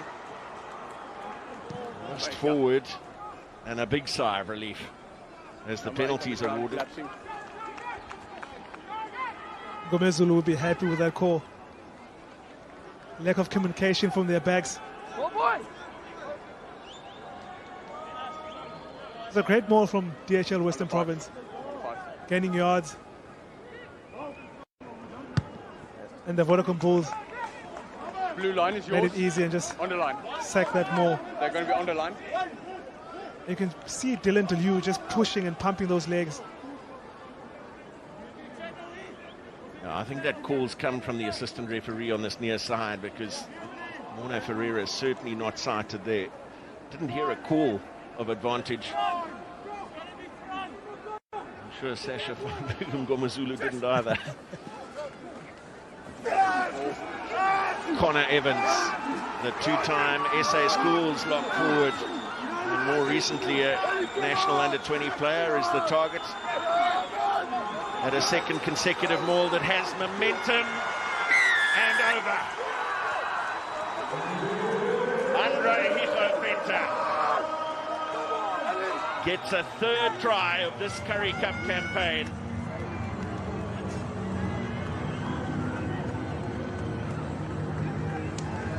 And two consecutive very effective mauls. Very effective mauls. Great set there from Connor. You can see Western Province just staying patient, making sure they keep working those legs. Angelo Davids coming in to add his weight. And once the Vodacom Bulls forwards fell out, made it easy. And Andre Higofenta going in for his first try for DHL Western Province.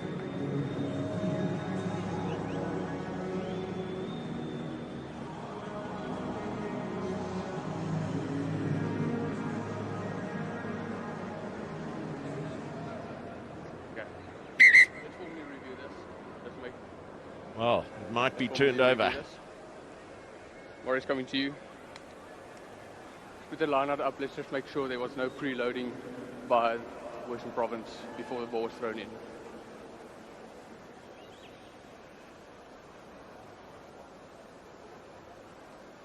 I want you to look at the preloading, and then we look at the obstruction as well in the line-out. Thank you.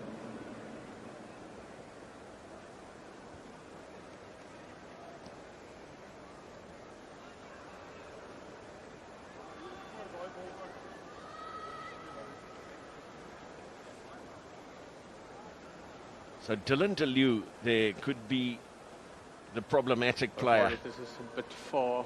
If he's deemed to We have a be closer view. in front of Connor Evans before contact is made with the Bulls players. Okay, show me that again, please. It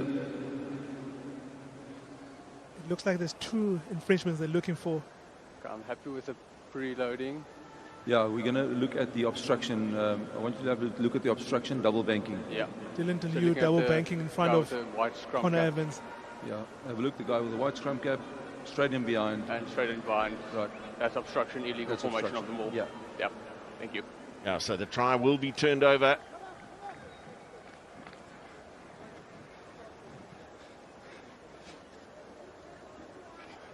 DHL Western Province players have made their way back. They've seen the screen themselves. No and try. disappointment for Dylan DeLew, who's had an outstanding game, including a wonderful try of his own, but clearly Obstruction, double banking there, Obstruction getting failed for you. between Set up. the Vodacom Bulls players and his Yeah. lock partner, Connor Evans. The refs have been very strict on that, Okay. especially Clear double banking. the preloading. So moving in behind the jumper. And Monet Ferreira was clear, and he said he was happy with the preloading. But Dylan DeLew was caught there for double banking. And the Bulls would breathe a sigh of relief as the try was disallowed. So Chris Smith gets to clear and does so 10 metres outside his own 22. I'll give you enough. No worries. Almost into the final quarter of the game, and 3 scores minimum required by the Vodacom Bulls. Krobala with the line-out throw for Janko Swanepoel.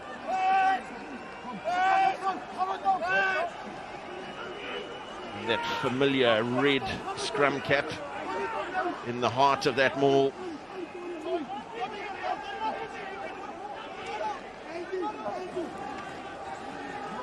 Now away by Ambrose Papier, who's replaced Keegan Johannes at scrum half. Papier looking for an opening around the fringes. Good clean out from Krobala, an important one. Then Steen comes Carey. Use it. Mornay Smith.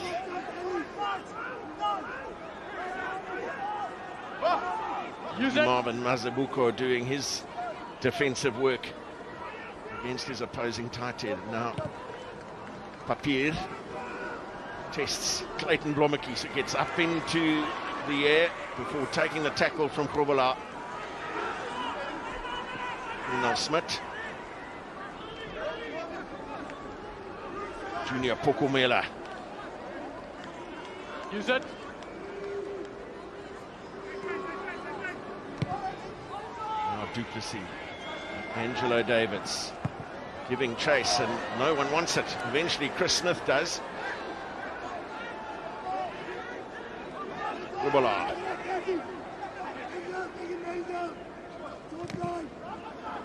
That's a good line from Steenkamp, but again, excellent defensive work from Western Province. Duplessis dropping back just inside his 22, not calling for the mark. Old white. And Blommetjies.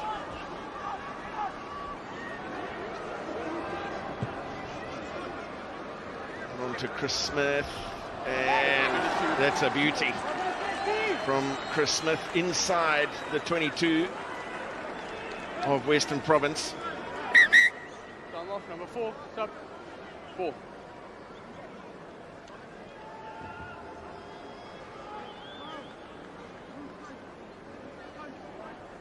Sorry, say it again.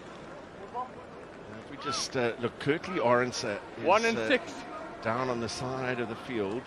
1 and 6. Possibly having had an HIA. Cut up. 6. So Keegan Johannes is playing over on the wing. 1 wide as well. Go, boys! Go, boys! And more changes. Kyle Brink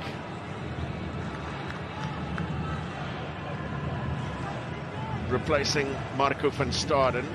Simpiwe Matanzima replacing Gerard Steenekamp, and in the front row for DHL Western Province, former South African under-20 player Kwenzo Blose replacing Ali Vermaak. Here's Johan Grobelaar. Vodacom Bulls looking to open their account right on the 60-minute mark. Papier, Matanzima around the corner. Yet another carry for Johan Grobelaar. A monstrous tackle from Keke Morabe, just halting the momentum temporarily. Johannes filling in at scrum half now. Papier back to his feet. Fortuin. In the little dab over the top from Chris Smith, and Harold Forster in for the first score for the Vodacom Bulls. Game well and truly on.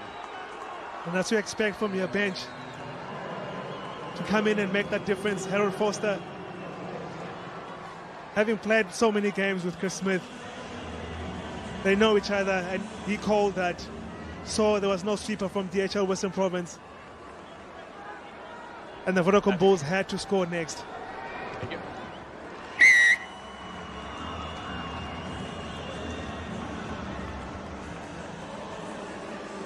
Like, you can see there's no one at the back.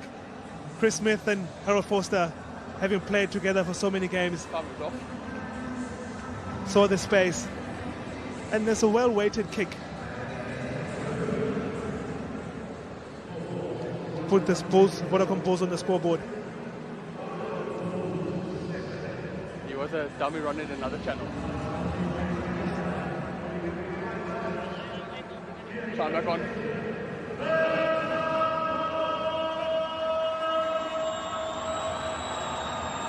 So Kurtley Arendse back on the field, and Ambrose Papier stays on. Keegan Johannes comes off.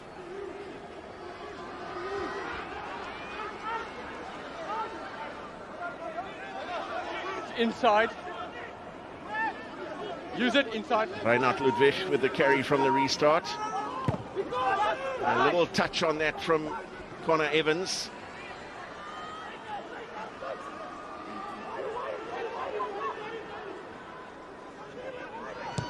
And the hoist from Clayton Blommetjies.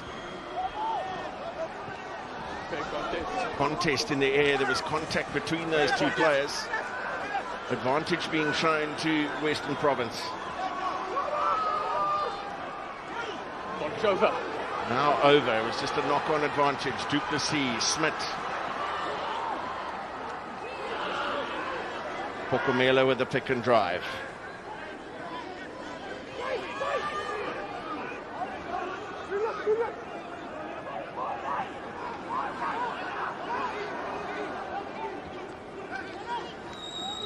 Out the back for Feinberg and Gomezulu.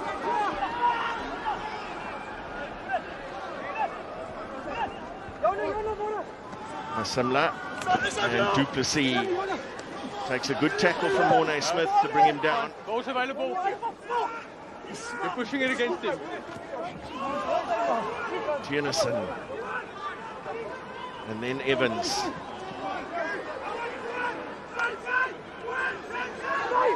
Gary Porter. Tackle! Just working a knee to ground. Masimla finds Blosser. And then Fenter. Denied a little earlier on. Following the maul. Use it! Morabe. Patience required here with ball in hand. Tackle! From Western Province. Blosser. Fenter just having a little glance up, see where the opportunity might exist. It certainly wasn't to the short side. Series of pick and drives here from Western Province, and relentless, breathless defense from the Vodacom Bulls. Masimla wants another forward effort. Short! Short! Called short as Johan Krobela goes in to make the tackle. Morni Ferreira showing an advantage.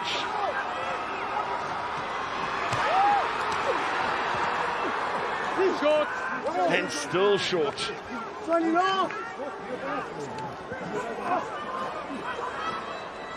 Trying to wriggle his way over. Turf cutting up with every carry. Now Masimla, Blomekis. The pillar. Will take a bow, the Bulls. Pillar. Great defense from the Bulls. 20 phases, DHL Western Province putting them under pressure. And when they got to that 2-3 meters, it was just a pick and go from the forwards, asking questions. Equally, the Vodacom Bulls were up for the task. Yeah, let's go. And were just caught offside. And I think that's why Clayton Blomekis also tried to go and bring the backs into play, because he saw he had an advantage. And try and see if he can spot a gap outside. That's why you need your forwards to switch on. And Morne Ferreira just gave a penalty there for offside. Gives another chance for DHL Western Province. Of the 15. Pinter goes over the 15-meter line for Tiernason and ripped away by the Bulls. Creel's kick way downfield and a massive pressure reliever. They will be hugely buoyed by that outcome. So you can't come around. Massive let off for the Vodacom Bulls. Looked like it was Carl Brink that stole that ball in the line out. He's onto the ball. As soon as it went over the 15, he had the license to go around. 5. Great appreciation of the law. And the Vodacom Bulls will be happy not to concede any points after that pressure from DHL Western Province. Well, Andre Smith working his way back from injury. He replaces Connor Evans in the second row. Lost forward by Western Province. A momentum shifter perhaps, a corner. Western Province lineouts have been very well tonight. And it's just a lack of concentration from DHL Western Province. Just knocking that ball on. Giving another scrum set piece to the Vodacom Bulls to try and get points from them. So that as soon as the lineup goes over the general play, so then there's no offside line. Ball goal voor met 120 miles of the ball. Hij was voor die ball, was al Some clarity from the referee to Jean-Luc Duplessis at that last maul, just explaining it. It was Cornel Hendricks who was in there. Carl Brink. Causing the nuisance. And no offside line once it goes over the 15.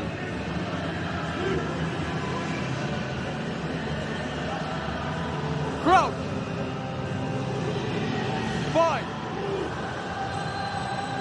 6! Clear slip. There's a clear slip from 17. Okay guys, let's move over. So Quenzo Blose is the man who slipped at the call of set. Time is off. Right. So work hard to keep your feet under your body. Time called off by the referee, which is good to see. We don't want an eternity taken up by resets. Time on. All of a sudden, nervous times for the home side. They went in to the half-time break at 14-0 up. Crouch! Jake White pacing. Fine! Knowing the importance of a win here on this field ahead of next weekend's Vodacom URC quarterfinal. Tap and go from Emrose Papier. It's a wonderful tackle made by Junior Pokomela. How important might that prove to be? Another knock-on from the Vodacom Bulls. It was unfortunate because they were on the front foot. And it's the captain, Ludwig. And the ball is a bit slippery tonight. You can see Ambrose Papi taking a quick one, trying to get behind the Western Province. As soon as he went down, looking for the offload. Just unfortunate. That stopped the play and gave the possession to DHL Western Province. Crouch! Boy! Set! They would have taken heart from the previous scrum, the Vodacom Bulls. This time cleared quickly from the base by Masimla. Du Plessis' kick. Cornel Hendricks back. Little chip over the top of Angelo Davids. That's a horrible collision between Godlin Masimla and Cornel Smith. Both fully committed to the ball. Time off. Let's clear him. Cornel Smith looked like he's the one that got the raw end. Both players going for the ball. Yeah, and unfortunately gets an elbow in the face. And sometimes it's always easier for the player running on to shout, my ball. Unfortunately, they got him. And Cornel Smith just went for the ball. Robillard finds Swanepoel. Into the 5-meter tram line they go. That's one. One stop called. And Robillard bursting away, finding Papier.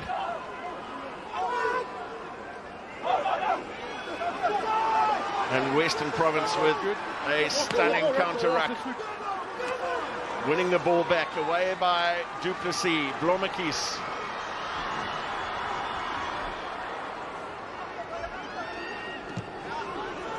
And then Du Plessis' kick. Cornel Hendricks dropping back. Kurtley Orenser running off his left shoulder. It's a wonderful cutout ball for Creel. Outside. Well, the ball was taken outside of the 22, and Cornel Hendricks has jumped on to the top of Godlin Masimla.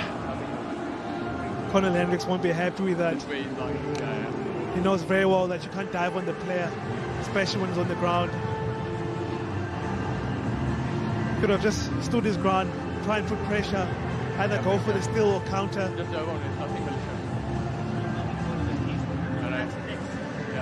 Fortunately, for DHL Western Province, Masimla looks like he'll be okay.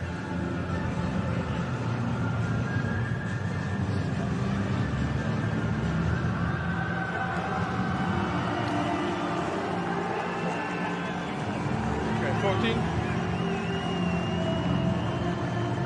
1-4. There's a final change being made. Maybe not a final change.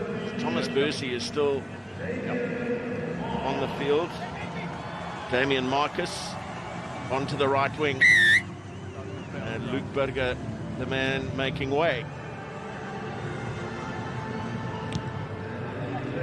A nerve-jangling final 8 minutes for both teams. It is, and especially for the Vodacom Bulls. With 8 minutes left and 10 points behind. Needed to be the next team to score. Open up, open up. Open up.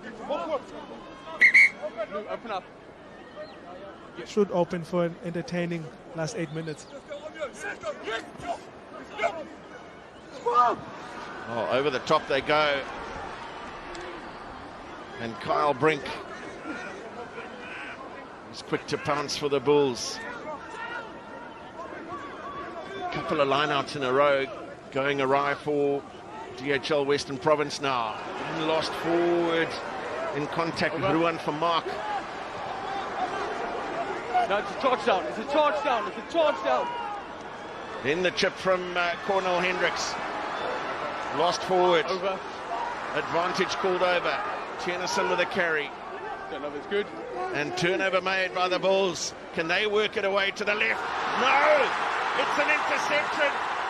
What an entry into the game for Damien Marcus. And a first Currie Cup try that he will surely not forget in a hurry. Surely not forget. Great entry. And he just had to wait for that pass. As the Vodacom Bulls had to spread the ball and try and find the space on the outside. Great steal there from Cobbler. And Carl Brink not looking. And Damien Marcus was just waiting patiently. I think that's his first touch of the game, and over he goes for the try for the DHL Western Province. And the Bulls were just chasing the game at the moment, and he won't forget that anytime soon. And he finishes off with a great drive as well. There we go.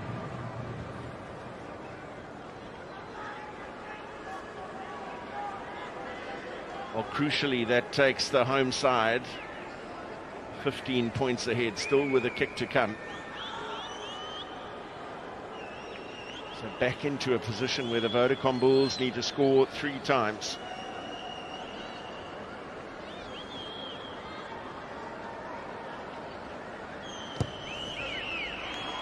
Extra 2 added by Sasha Feinberg and Gomezulu. Marcel Tennyson is being helped from the field.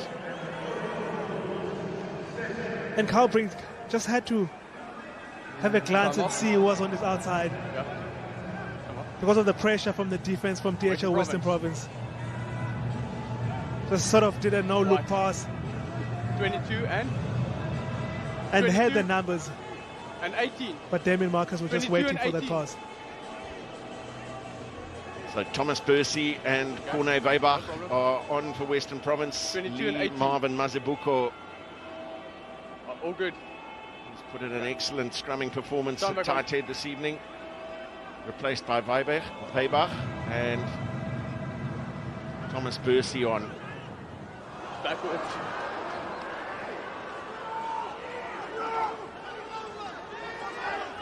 Lose diving on the ball to secure it on the ground.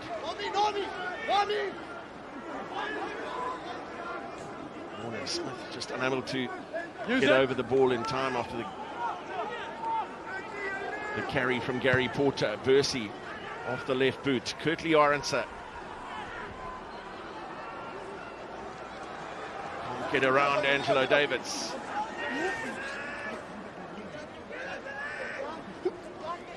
Rubola.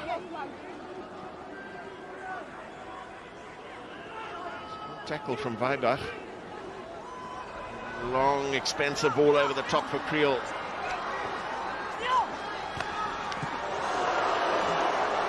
Worcester. Step 18. Matanzima with the carry. Now Chris Smith trying to pop Janko Swanepoel through the half gap.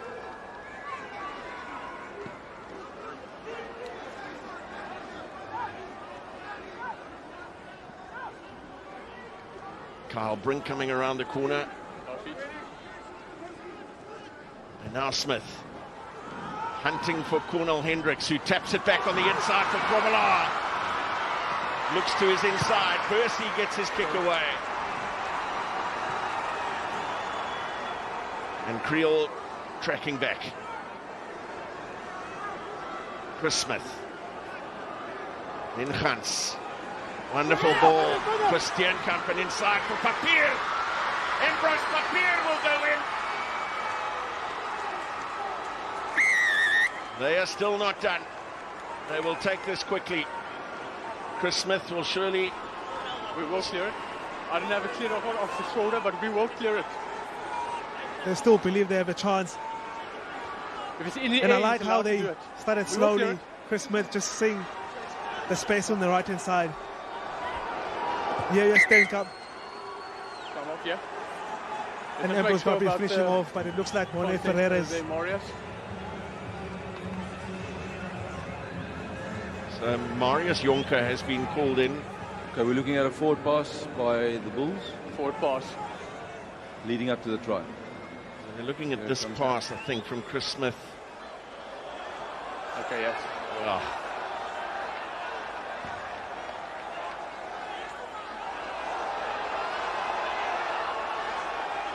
But Marius, so clearly that first forward pass is out of hands, forward. Correct, yeah. No try. Forward pass. Stedman Gans is slightly in front of Chris Smith. And that ball just came out forward out of his hands. Let's just move over a bit. No, the first one. Reinhard Ludwig was just querying with the referee which pass had been called forward, because they really didn't look like anything in the final pass to Papier. Steenkamp took the tackle, and so often that can make it seem as though the ball has travelled forward. The referee and TMO combining to judge that the ball went forward out of Chris Smith's hands for Stedman Gans. They want to do an HIA on you. Yeah. It's from the medical team. It is 13. 13. HIA check. Medical team. Sasha Feinberg and Gumazulu saying, what? They want to do an HIA on me.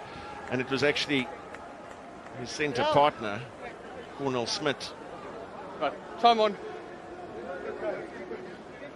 And it should have been done a while back. Yeah, the match doctor getting involved, possibly spotting a few movements on the field, taking him in. So Luke Berger comes back onto the field. Fine. William Marcus moves into the outside centre position.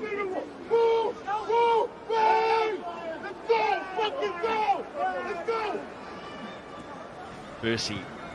Oh, a little kick from Jean-Luc Duplessis, juggle from David. Oh. Number 8 always in front.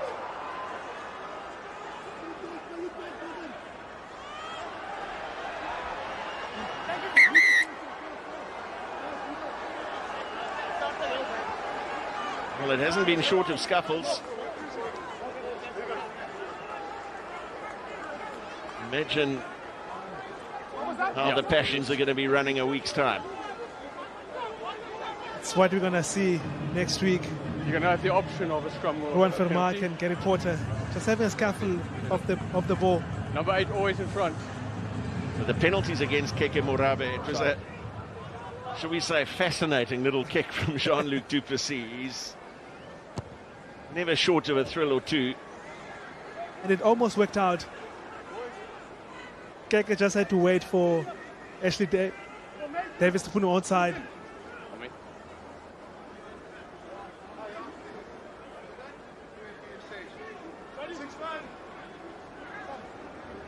Just a minute to play, and there is our standout player of the match, Dylan DeLue. A maiden Currie Cup try for him, a brilliant individual try. The Bulls looking for another. Oh, there's an interception now by Luke Berger, and he's going to go all the way to score, and that is going to be a bonus point for the home side. 2 interception tries in the final 8 minutes of the game as the Vodacom Bulls were forced to play, and they've capitalized on a couple of errors. Yeah, Luke Berger getting his second try of the Currie Cup. With so much time left, the Bulls will always look for those options out wide. And Luke Berger was just waiting for it. And perfect timing to know where to stand and what line to run. Stedman Gans there was just looking for the players on the outside. And that's a bonus point try for Western Province, which moves them up in the top 4. So time up on the clock. It will be Sasha, Feinberg, and Ngomezulu.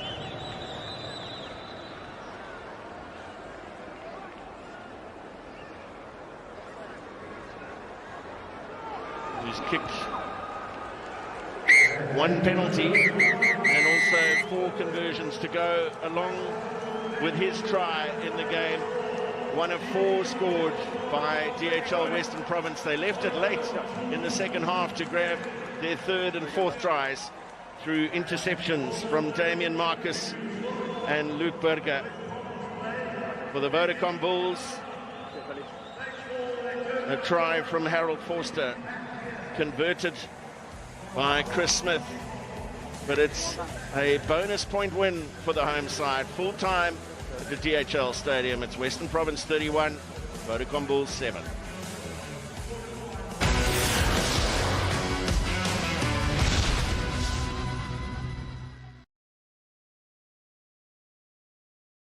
In the bid to win the